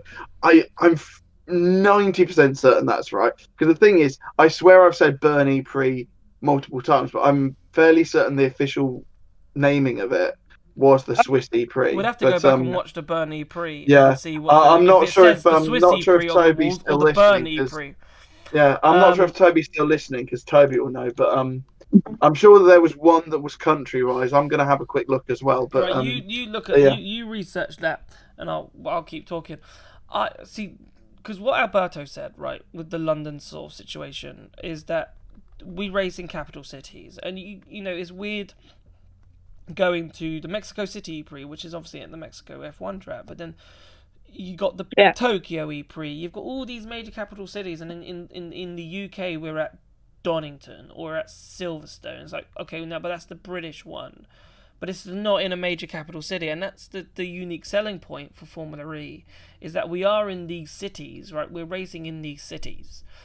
And to not race in those cities, I think goes against what they want to do, which I think is why maybe we might not. You know, everyone that has spoken to for everything's going towards Silverstone, but hilariously, that seems to have got cold. Like it doesn't. It doesn't seem like that is the idea. Like that seems like last resort, Silverstone, at this precise moment. It doesn't feel like that is the 100%. This is where we're going situation. It feels like that's last resort. But if they want London, for me, the only logical place is the Olympic Park. Is the only logical place. Isn't that where Tottenham Hotspur play? West Ham. West Ham, sorry. That's where West Ham play. But, you know, if you go in the summer months, obviously when West Ham are not playing, right, it'll be a ghost town. Yeah, but you'd have to have it pretty much just after they finish in May then, wouldn't you? You'd have to have the London E-Prix in May. You don't have to have it in May. You can have it in June. Or July. Okay. As long as it doesn't interfere with pre-season games, and it's after the end of the season. I'm fairly certain it's fair game. I know that they also do a handful of other events there, and occasionally does concerts and stuff. They don't even own the stadium; they rent it. So you know, it's. It's basically have like a Formula E version of the Miami Grand Prix, basically. Effectively, a bit like that, yes. But we don't have but the London Stadium doesn't have a huge car parking lot like Miami does. No. But I mean the concept of having it in and around the stadium, basically. Yes. There's roads around there, and that's Jack's pipe dream. Those roads are quiet, but you say pipe dream, but F1 wanted to buy that area to make it into a racetrack. So therefore, there's a racetrack somewhere in the IFRA on the FIA. The other thing is from Formula E. Go on. Well, the other thing is, which a lot of people online have been speaking about, and friends of mine have been speaking about, why not put it in the old British Birmingham Speedway track that's no longer used? Yeah. I think that's a solid idea too. When it's in the city, you can have it just for Formula E, like Berlin, for an example. Yeah, or if we want to keep the inside-outside layout, the NEC. It hosts Autosport International every year. Yeah, And I know that you can drive into the NEC because my brother's done it. Admittedly, he was in a Skoda Citigo and not in an 800 horsepower Formula racing car, but you can drive into the NEC. Yeah, I was thinking anything, and I thought, well, is it really big enough? it's pretty big. It is. Pretty damn big. I'd say the NEC is bigger than The XL. Yeah, I probably. Yeah. Yeah, You could maybe. utilise. I think hall space. I think hall It's space. close to Birmingham Airport. I think hall Station space is is probably bigger. Yeah. Like, within the parking area. Yeah, Yeah. it would be the exact same as what London is at the moment. It's just that Yeah. it would be in Birmingham instead of London. Yeah. Which, but me last. as we saw with Alberto last week, he is adamant on staying in London. He really desperately wants to stay in London. So I think that's his number one priority. Yeah. Sort But of. I don't think that's practical, but that's just my opinion. Well, I think you're right, but yeah, we'll see what And then Alberto. Don't make the rules, and it's not a championship, is it? So Fairs. Okay, well, Nikki, thanks for coming on. And thanks for Okay. having you back. Absolutely lovely to have you. yeah, nice to hear you again, fellas, and, And yeah, and you as obviously. well. Hopefully, we'll see you as the season progresses. I'm sure. Yeah, no problem. All right, Thank you. See you later. All right, bye. I'm going to touch on it very quickly. I honestly do believe the Olympic Park is probably Formula E's best option for London. If Alberto is dead set on London, that's the only place to look. I think. Where else can you? There's not really anywhere else you can go. The only one that I've said, and it would do a lot of. They need to do a lot of workarounds. Is RAF Northolt, but you'd have to close down RAF Northolt for at least a week to kind of set everything up, if not maybe 2 or 3.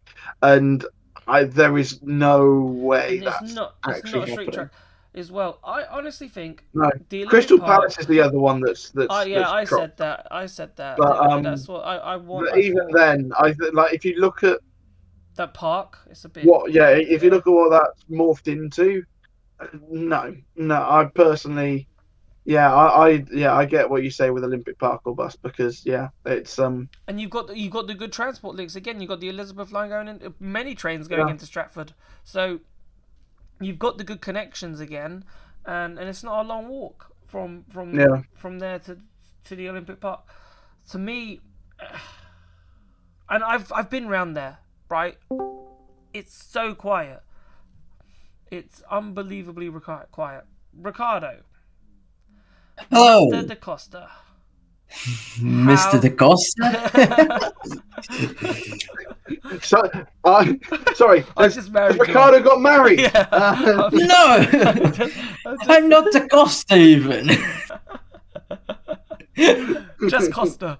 I'm only joking. Not Costa even. I'm not related to Antonio in any way, shape, or form. So, yeah, go on, Jack. Right. We didn't get Nikki's bold prediction. I've just forgotten about that, but never mind. So let's get your bold prediction to start off with, Ricardo. What is your bold prediction for the season?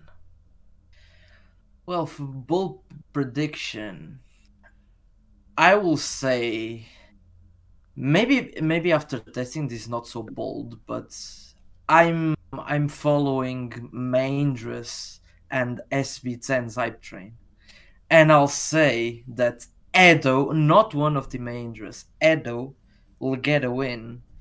Maybe I'll just say at a venue because it's even more bold. So Edo's going to win at a specific race.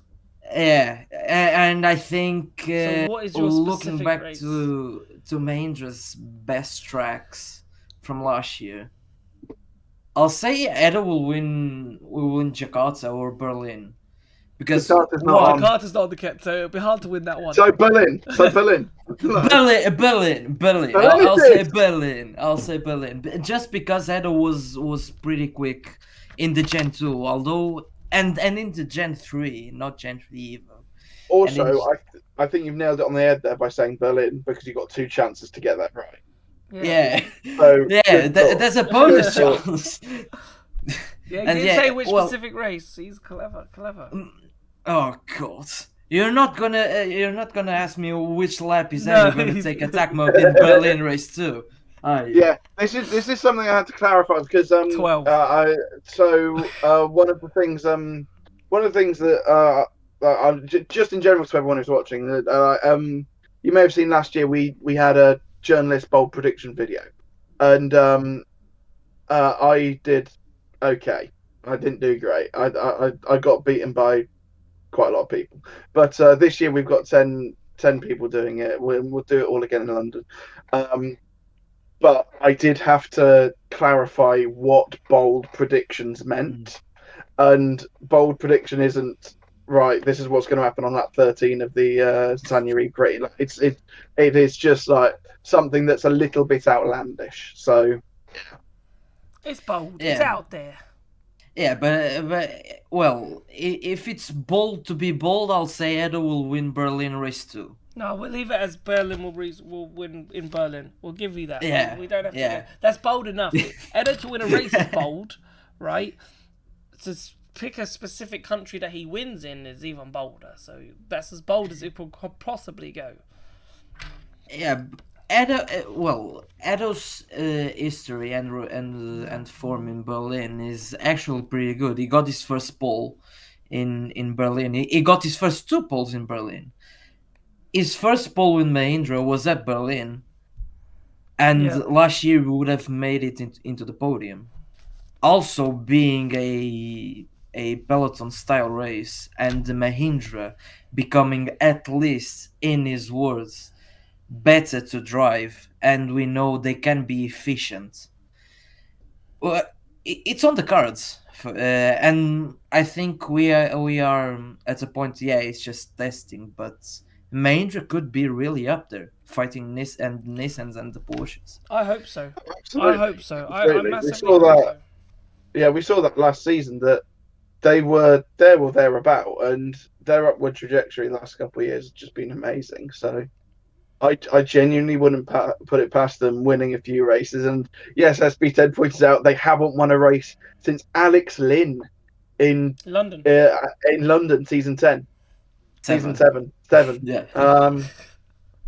But yeah, it's been a while, and it will be 5 years at the end of this season if they don't win one.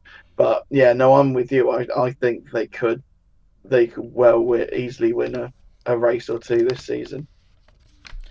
Yeah, and yeah, just to get it out of the way, because I have a feeling you were gonna ask me this. What's your bold Antonio Felix da Costa prediction?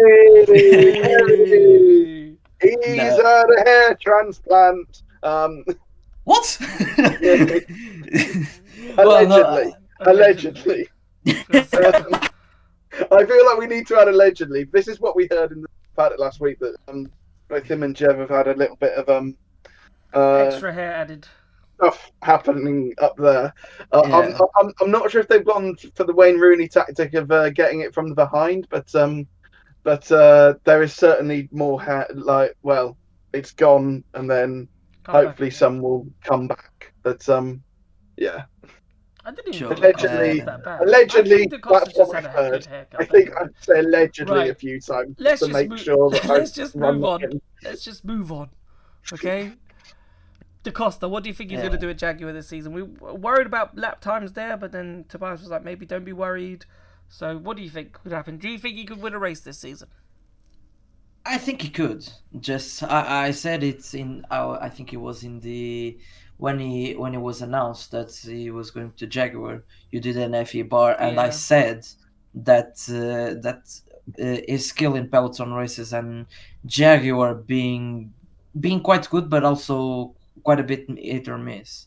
I think it could work out. So such venues as Berlin, as Tobias said, Jaguar were always fast in Gen 3.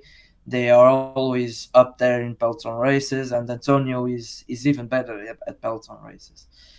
So I think it could be at one of those venues, and adding as well is quite good at Berlin. So for me, Antonio and Edo winning in the same weekend would be a big. It would put a big smile on my face. Yeah. So you're booking your flights to Berlin when? I'm not. Have you been to a Formula E not. race? No, actually not. Is that something you want to tick off? There's one not far. You've probably got the closest that you've ever been to this year with Madrid. Parama. Yeah, maybe. I don't know. I don't know the geography of Spain, but I don't know if Valencia is closer to Portugal than Madrid. But Valencia is not closer to but Portugal yeah, than Madrid. No. I think it's close because Valencia's 2 hours away from Madrid, and it's on the east coast, and Madrid is in the centre. Yes. So Madrid is closer yes, to Portugal. but Madrid is further north. Sure. So okay, that's why I think it's close. Because Madrid's further north than Valencia, but Valencia's further east. So I think it's a little bit closer. But well, it's close between the two of them. But I'm not sure which one is actually closer. But well, actually, you gave me an idea. When will it be the Madrid Prix? March, April? 21st of March. I'll be there. Well, yeah, he'll be there. I maybe if I have money. Guys, you gave me a brilliant idea. Go on, what's the idea? What have we just... Going to Madrid. Yeah, there we go, we did it. Formula E, we are upping your revenue. Give us... we are giving you more fans now. Nah, I'm a long-term fan. You're not okay. Yeah, but like... but that sure. makes sense. How old are you, Ricardo? I'll look into it. But yeah, going on with the Costa prediction, I'll just say that it will be neck and neck with Mitch, and I think Antonio will get at least 3 podiums, on maybe a win or 2 in the cards. Okay. I'll keep it safe, not for me to just go ballistic and say Da Costa is your season 12 champion. Okay. But we'll see. We'll see. Apart from you did put that in the chat. Yeah, I did. You did put that in the That's for banter. It was just for banter. Just for the banter. Right, Ricardo. Just for Zoe was betting on Pascal to win, yeah. to be season 12 champion. Yeah, I almost wrote it down. Zoe, don't make me life just. I just it just me that supports the Costa. Yeah. But anyway, it's always great. But we'll see. Maybe a win or 2 in the cards for Antonio and Edo to win a race, to win Berlin. Yeah, perfect. Right, Ricardo, we've got to let you go because we've got a couple other people who want to get on. Sure. Absolute privilege as always coming on. I absolutely love it. Privilege is mine. Thank you. No worries. All right, see you later. Ricardo. We'll see you in Madrid. Yeah. Hopefully we'll see you in Madrid. He will. Yeah. He will. See you in Madrid. All right, see you later. Yes. Okay, what a legend. Right, let's get Natalie in, and then we'll get Luti and Oscar in afterwards. Natalie, how are we? Oh, it's been a while. It's been a while. It has been a while. Glad to get you back on. Improv comedians around London for a living. Yeah. Yeah. As you can probably tell by my profile picture. I can't. It's so small at the minute. I can't actually see it. I'll have a look at another time. Go on then. Formula E, Gen 4, bold prediction. What have you got for us? Well, not I'd a have prediction to- for Gen 4, prediction for this season. Yeah, It's yeah. I'd have to agree with Toby, and it does look a bit Gen 2-ish. Well, obviously a lot quicker. Yeah. Yeah. I think everyone loves the look of the car. I think we'll want a Gen 4 Hot Wheels or a Gen 4 diecast model at some point. I still haven't got. I swear, if they get one, if they make a scale electric, I am straight into the museum with that. They're so expensive though these days. The scale electrics. Oh yeah, no, they are. We've got a few Gen 2 cars at the museum, but the front wings do not stay on. The front wings stay on, and so it starts at the old start finish straight, and by the time it gets to Stowe, it's gone. it's gone. It's gone. But So, they yeah. don't need it, so they carry on anyway. Yeah. So yeah, what do you want to say on next season and obviously on the Gen 4 car? Obviously with Gen 4 and all the talk around London, I'd also have to agree with Pico on the NEC being a good venue because the halls are bigger than the XL. And if they want to keep the inside-outside nature of it, I do feel like the NEC, with how big the car parks are as well, I feel like that's a viable option. Yeah, because you could sacrifice one of the car parks. 100%. You could sacrifice Yeah, one of the car parks easy. for the track Mm. and do what you want with it. Yeah. So what's your Also, bold- it's a bit more centralised, whereas like London, yes, London is London, but I think Birmingham might actually be easy for people to get to, which would be interesting. Yeah. Yeah. Because I'm going to see Shoot from the Hip in Birmingham in March. My hotel's costing me £74 for one night, which isn't too bad. Trains are once every like half an hour from my hometown train station, and you can get easy links from Birmingham New Street. Exactly.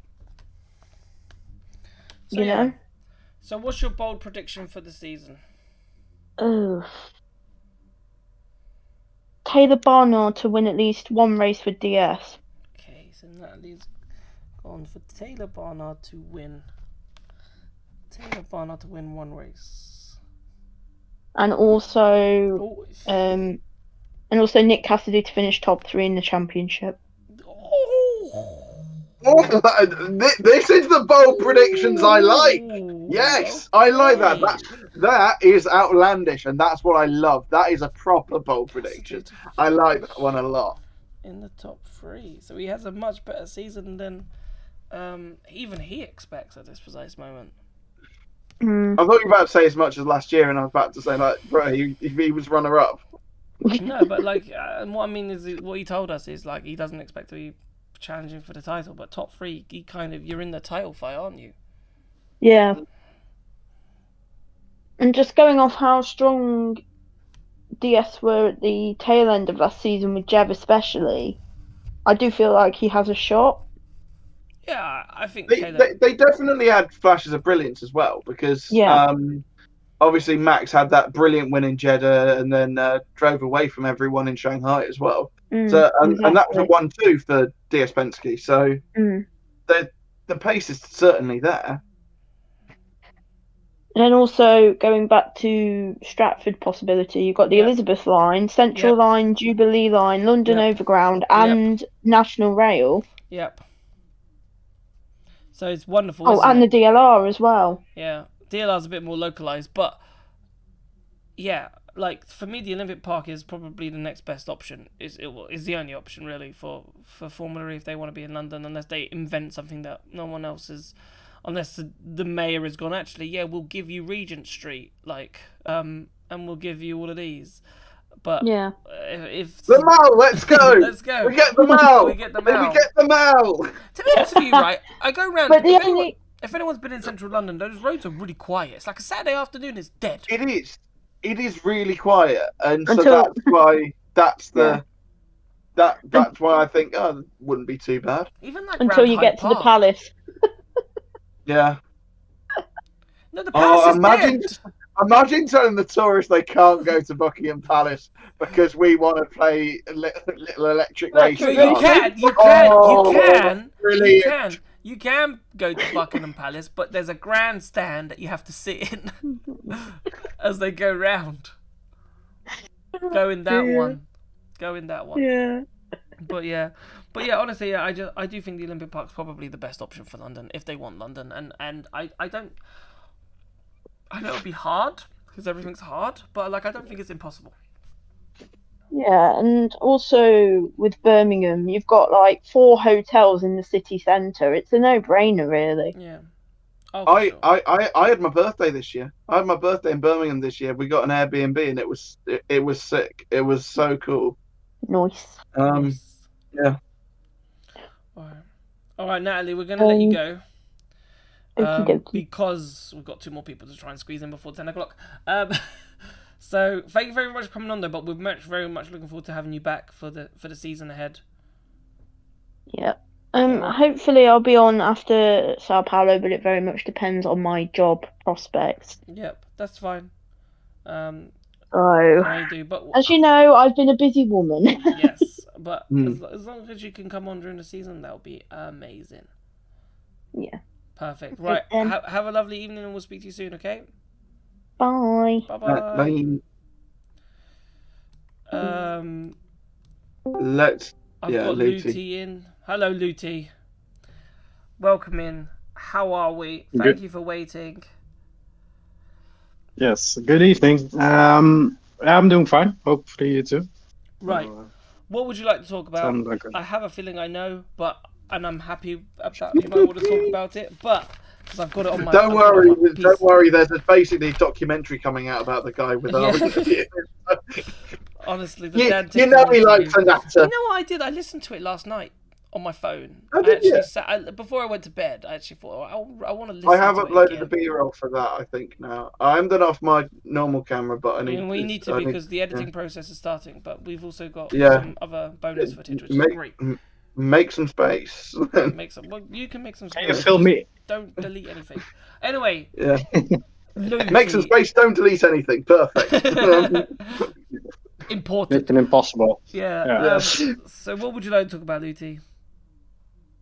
Bold predictions first. Bold prediction. Let's go. I actually have 2, I think. So, Go on then. I'll write them down. first one, Kiro will finish top 5 in the team championship. Kira top 5. I like that. I like that.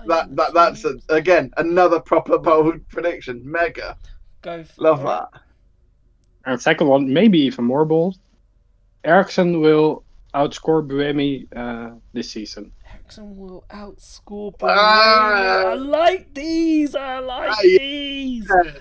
Yeah. Boom. That's This the is what I like There- when we- it's like we've got to the end of the when show, there's but that's more like- kind of on the line. that's the standard that we want for these Yeah. bold predictions. That's oh I see that one happening, to be fair.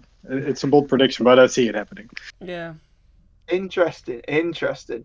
Yeah, Also- I like that. Also for London, can we not just kick the people that are living in Buckingham Palace out for a week and then just drive around it and then Yeah. go to the Just send- to the Big Ben and then turn around again and Yeah. make a little circuit out of it? Hang on 2 seconds. I'll text I'll text Charlie just to see if he can move out to Balmoral for Yeah. the weekend. Can you go to Thank Balmoral you. that weekend Yeah. or Windsor Castle? Just Yeah. Can you go to that one? So many homes they have, like yeah. they have enough. You don't Oi, need to- Charlie, you go don't- away. You don't need to be there that weekend, mate. Can you just take? Oh, unless Yeah. actually bring him. No. Why don't you bring Yeah. the king to the race? Imagine the king Yeah. at the race. Hi, Charlie. Oh, yeah. Take Mhm. the weekend off. Imagine the. Do you know king. what? That would actually be incredible because, like, even because I know this because I work at Silverstone, and it's one of the things that's gone on about this year. The 1950 European Grand Prix, which was the first ever Formula One race that was held at Silverstone, that to this day is the only race that the monarch has been present at. Wow. Obviously, there have been royal dignitaries that have gone to other races. Prince Harry went a few years ago. I was gonna say, Princess what about Diana. the prince, like Prince William and stuff like that? But- Princess Diana handed a trophy on the podium, I think, in 1994. So yeah, there have been royal dignitaries throughout the years. I think Fergie Not went the- a few years ago. Not the big but queen or king. Never the reigning monarch has gone, apart from in 1950, where Lizzie's dad. I've forgotten who George? Lizzie's dad was. Was it a George? I think it was George. I haven't watched The Crown. No spoilers. I think it was George. I'm not gonna watch it. That's the only time that the reigning monarch has ever attended the British Grand Prix. So to do that, come on, Good. come All on, right, that'd be hold on. amazing. Shall I ask Bixby, who was a Queen Elizabeth II's dad? No, that's deaf, you donut. Oh, she's not speaking. It's like Siri, innit? Hey, Bixby. No, not hey. It's like, oh my god, the thing that is I really. think I missed something. Yeah, you did. All right, Bixby. Bixby, who is Queen Elizabeth II's dad? George Sure. VI. Here's You're right. It keeps saying, when I say dad, it keeps what saying the internet dead. says. This is what Yeah. Elizabeth I II. just, Oh, we don't need you talking. We don't- I just googled Elizabeth II dad. And it was George. I told you it was George. Happy Yeah, days. George VI. That shows how much of a staunch monarchist I am. That I had to Google the. I thought I'd ask It Bixby. was way before me. It was like 50 years before me. So Never almost. mind. But yeah. Sorry. Off the topic. Should we proceed to what we were talking about before, and which I've genuinely Yes. forgotten? Right, so the bold predictions we've done. Yeah. What else would you Yeah, like to talk about? Gen 4, Dan Tictum, Kiro, what would you like to talk about? Before we Gen 4? go on then. What would you like to say? Yeah, I love the stats of the car, and it is a more bold car, but I'm not 100% sold on how it looks, to be fair. No, it's okay. It's To be fair, the like, renders were quite dark. I must admit, like Yeah. it wasn't. It Yeah. needed a bit of color. It needed a bit of life. yeah, I don't know, because there was also like a video that came out and you saw it moving for the first time in the pit Yeah. lane, Yep. and it was just like there's way too much bodywork on this car. It's like it feels like the place where barge boards are and stuff like that. It's all Yeah. feels so bulky. It doesn't feel I get that. efficient. I do get So that. yeah, From so the- that was a bit of like everybody's raving about it, and I was like, I'm not really getting it yet, but yeah, It might be one of those you Um, see it in person and you go, okay, this is not too bad. You know. true. And Like- the speed will help. Yeah. Yeah, I'm looking forward to it because, as I said, it's Formula E's biggest roll of the dice, right? In terms of, will this attract the fans? Will it create the hype that they want it to create? So that, you know, more people Yes. join in for their stuff, more people join in here because, you know, and so forth, and that catalyst for everyone's media begins to go forward. So, and if that does happen, then fabulous. If it doesn't, then I don't know what we do. But we just If you see the reaction now, it does seem like it helps to get Yeah. general audience excited. So But they've that- got to build that on is that good. now. The only thing is, like, because I get that they've done it, you know, now because cars are going to be teams are going to be testing, so there's that potential crossover where people could get sneaky inside looks, maybe like common sense, like so maybe if you do it now before these tests that we knew, because you know Mitch Evans said it in one of his interviews where he said he's not part of it. So like you're already telling us that you know there's tests happening, so therefore you know that makes sense in a sense. So I get now, but I feel like it's early though. At the same time, it's like well, it's not like people gonna. You don't want people confused thinking that they're gonna join in for Sao Paulo and see that car. They're not. You know, they have to wait True. another year. So Yeah. that's the only sort of minor issue. Is like now you've got to keep this hype going for a year. that's true. That's true. But I think with some test runs during the year, that should help probably. Yeah. And also interesting what you said, like Mitch Evans isn't in the Jaguar yet. I wonder if silly season will be very fast this year to get the drivers signed up for next year, so the preparation can start. Yeah. It Doesn't surprise me at all. was interesting because you think with Mitch Evans, right? You think he's going to be a Jaguar driver. I know we've had stories about him go to Nissan, right? And the potential that seat's open, but that obviously depends on Norman Nato, right? And Mitch is not going to be silly, right? He'll know if Jaguar are onto something or if they're happy, right? He might not be testing the car, but he'll know what the general vibe is as well. And he'll know where, you know, sometimes it's better the devil you know than the devil you don't. So I think that's the saying. I think I got that one right.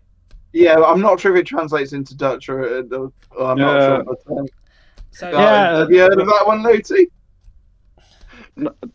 It's not the saying here, but I get what you're saying. It's more like the Yeah, grass isn't yeah. always greener on the other side. the So grass isn't always green. Yeah, on the yeah, other yeah. side, you know, Yeah, so, exactly. yeah. all these lovely English idioms or whatever. Yeah. Yeah. So No, but as I said, I think it'll be interesting. But you might be right that silly season, teams want their drivers now, and maybe that's what we think with the Cassidy and Vern situation, right? That they wanted, they've gone to Citroen knowing that this is the build year in preparation for Gen 4. Yeah. Mm-hmm. Yeah, that's what you would expect. So, would also expect maybe Evans will try to wait to see how Jaguar is performing, and also see how long Jaguar exists still. Like, how are the future plans for the brand in general? Yeah.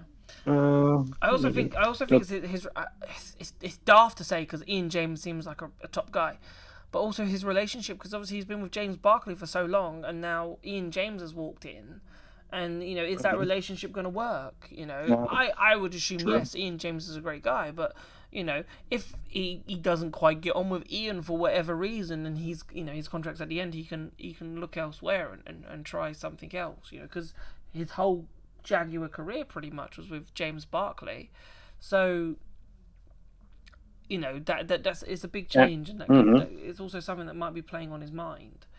And if Nissan is interested in him, then that's like another manufacturer you can get to. Yep. And from Nissan's point of view, that would be the most logical upgrade ever. But yeah. But yeah, we see how Norman does. Poor Norman. Let's not write Norman off just yet. Poor guy. Everyone just writes Norman off. Let's not write him off just yet. Let's not write him off just yet. After last year, 9,000's off. He's a quick guy. Testing times don't say anything. Yeah, but at least he's close. Nothing. It's just nothing. Apparently, he's been working on it though. When we spoke to Masso Volpe in Valencia last week, he was saying the Norman's been working on it. So hopefully, fingers crossed. They will. Whether he can match Roland's results or not, I'll be honest. I don't think it can get much worse. And this year we don't have a customer Nissan as well. Like last year, you could still compare him to McLaren, and now you cannot compare him to anything. Nope. So, yeah, that was one thing that Masso was quite unhappy about last week as well. They don't have that extra team now. Yeah. Unfortunately, not much they can do on that. But right, before we let you go, Lutu, anything that you want to say or add? I hope we saw a video about the proximity chat that happened during testing. That should be a feature during the race, I think. That will be extremely funny. Yeah. Yeah, I remember that actually. Yeah, that they could talk to each other. That was quite funny. Yeah. And I think I heard about that with the Kiros, that they just allowed them to talk to each other on the radio in the filming thing that they did. The filming their private filming day, not private, but they did it with the two cars and they were just drifting and having a laugh. Apparently it was a good laugh, apparently, from what I heard from the Kiro press officer. Russell Hagen said at the press conference, didn't he? Oh, of course. Is that where I heard it? Yeah. I thought it was. I think so. I thought it was the press officer that told me for 2 seconds. But anyway, look out for, we got Pepe Marti and Dan Ticktum coming up. I think Pepe Marti is going to be the first one actually. So look out for that. Hopefully next week at some point. We'll let you know when it's ready. And we'll speak to you soon. All right. Yes. Have a good evening. All right, and you. Right. Cheers, Lucy. Yep. I'm just dropping everyone into the chat room. And last but not least, it's Oscar from FE Stats. Hello, Oscar. Thank you for sitting in here and waiting for forever. Welcome to the FE Bar. I think this is your first appearance on the FE Bar. How are you? Yeah, correct. Well, thanks for having me. I've not really been able to join in the past, mostly because of my schedule, and I've tried joining a few times, but just didn't have the time and had to leave halfway. Yeah. And this is actually my first time, yeah. Oh, well, it's amazing to have you on, and thank you for waiting. We've waited, last but not least, you get to end the show with us. What would you like to say? I know you were testing for the last 2 days as well yourself. How did you find it? And how much, did you just enjoy seeing the cars out on track? Yeah, to be fair, as I was telling Pico while I was there, I was mostly surprised by how noisy the cars are. I've always heard a lot of complaints about how the cars are very quiet and how they don't have that roar that's typical of more traditional racing cars, but they were actually very loud, especially the tread on the tires as they just drove past. Yep. Oh yeah.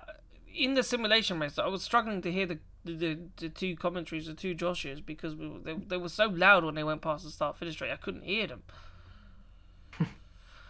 So yeah, it's surprised. Even though I've known the sound, just being back, it surprised me how loud they were. So I would say I was taken aback about how loud they were as well.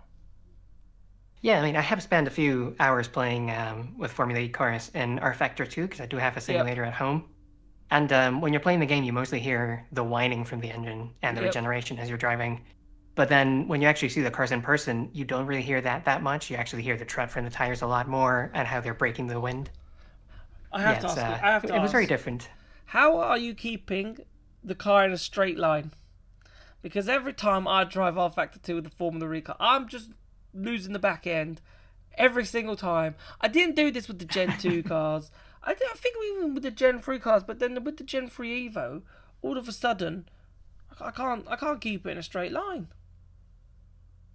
Well, to be fair, the hardest part in any racing simulator game is actually the race starts, because you want to get on the gas as fast as you can, and you just end up getting a lot of wheel spin and driving into a wall. So I normally have very poor start, and then I just try to make my best, to be fair. I normally just set the AI level fairly low, so that even if I have a very bad start, I can still fight back to the front. So I don't have a secret, really. So my AI, because you get used to the aliens, right, when you're doing sim racing, right? I set my AI to 120% because you need, because that's what the lap times that they do are pretty much what the humans are gonna do. So it gives you a rough or what the aliens will do, and you just try and get as close to it as possible.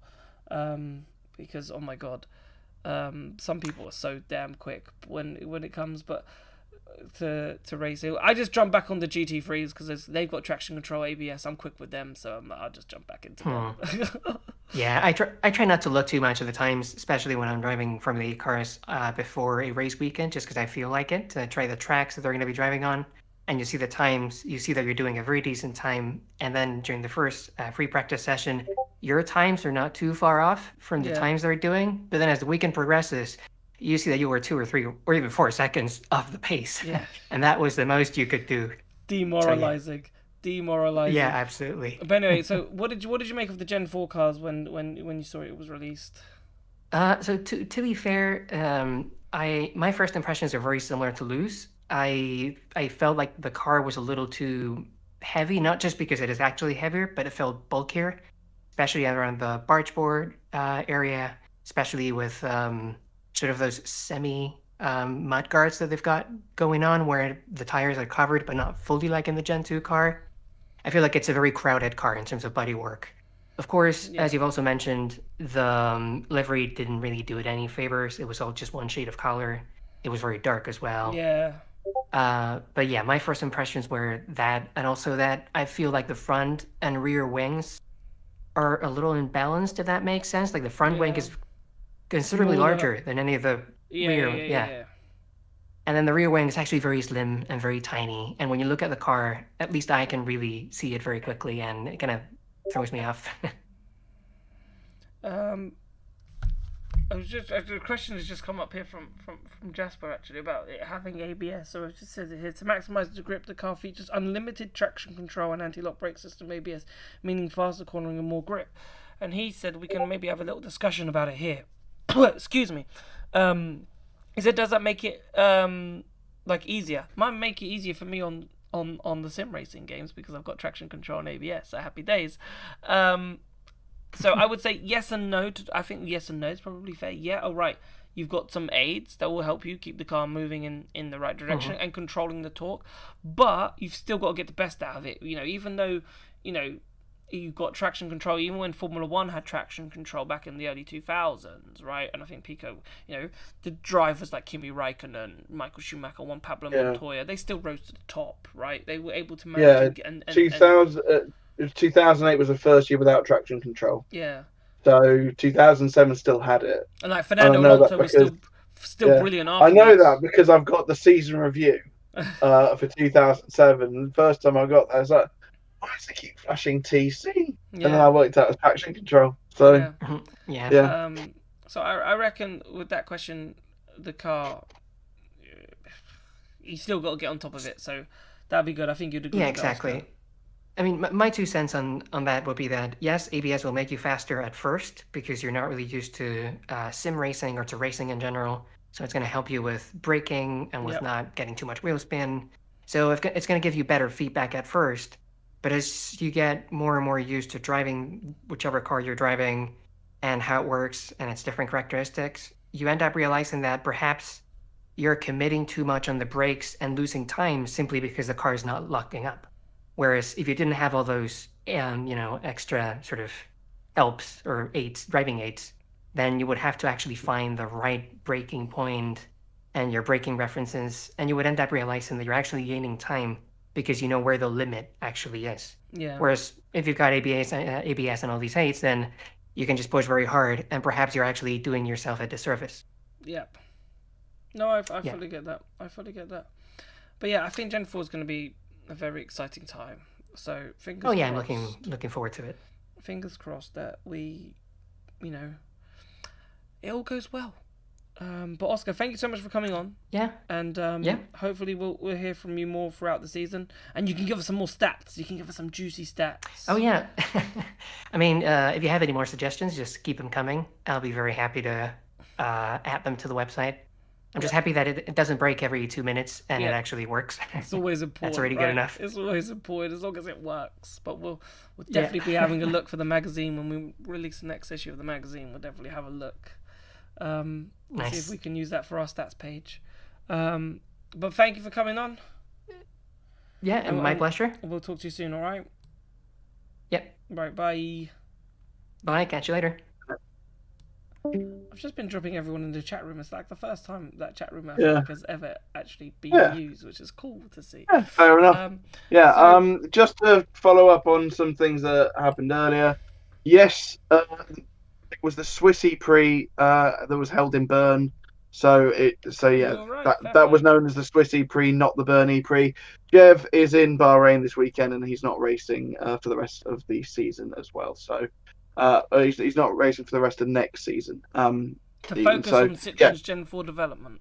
Yeah. Which is huge. Yeah. And also one thing that you mentioned, because obviously we mentioned with that Mitch and everything like that. I think we might have brought it up on the Friday. I'm not sure, but it does seem interesting that Mitch isn't part of Jags.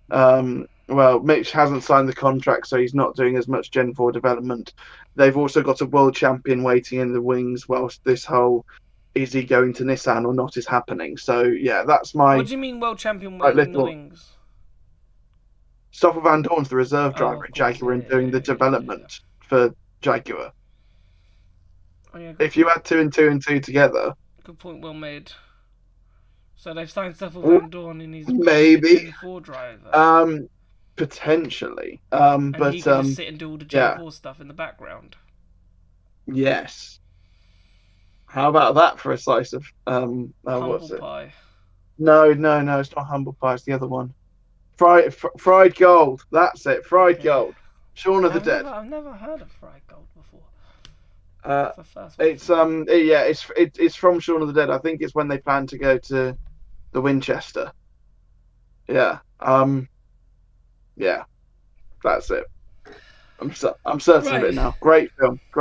But yeah, great set of films. Oh, that's great as well. We didn't do any exclamation mark discords in chat today, but if you want to join, we didn't. We didn't do any. Jesus Christ, we're bad. If you want to join a Discord, exclamation mark Discord. Place if you are new around here. Nobody's watching. They've gone home. I think most of them have gone home. Yeah. But please remember to like and subscribe and all that lovely stuff. And that was it. So we'll see you now after Sao Paulo in a month's time. Yeah. We've got your predictions down. Unless we do a stream before, unless anything happens beforehand and we do a random stream. Unless we pick a random stream. But apart from that, nothing is on the cards for that at the moment. So it will be. Yeah. For now. It will be after the first Monday of the Sao Paulo Prix. God, the season Yeah. will be here. Won't be here for before long, won't it? So, but thank you so much for watching. Thank you so much for spending your evening with us, and we will see you soon. Just check out the channel next week, because we should have hopefully our interview with Pepe Marte coming out soon. But we'll leave you soon. Good night.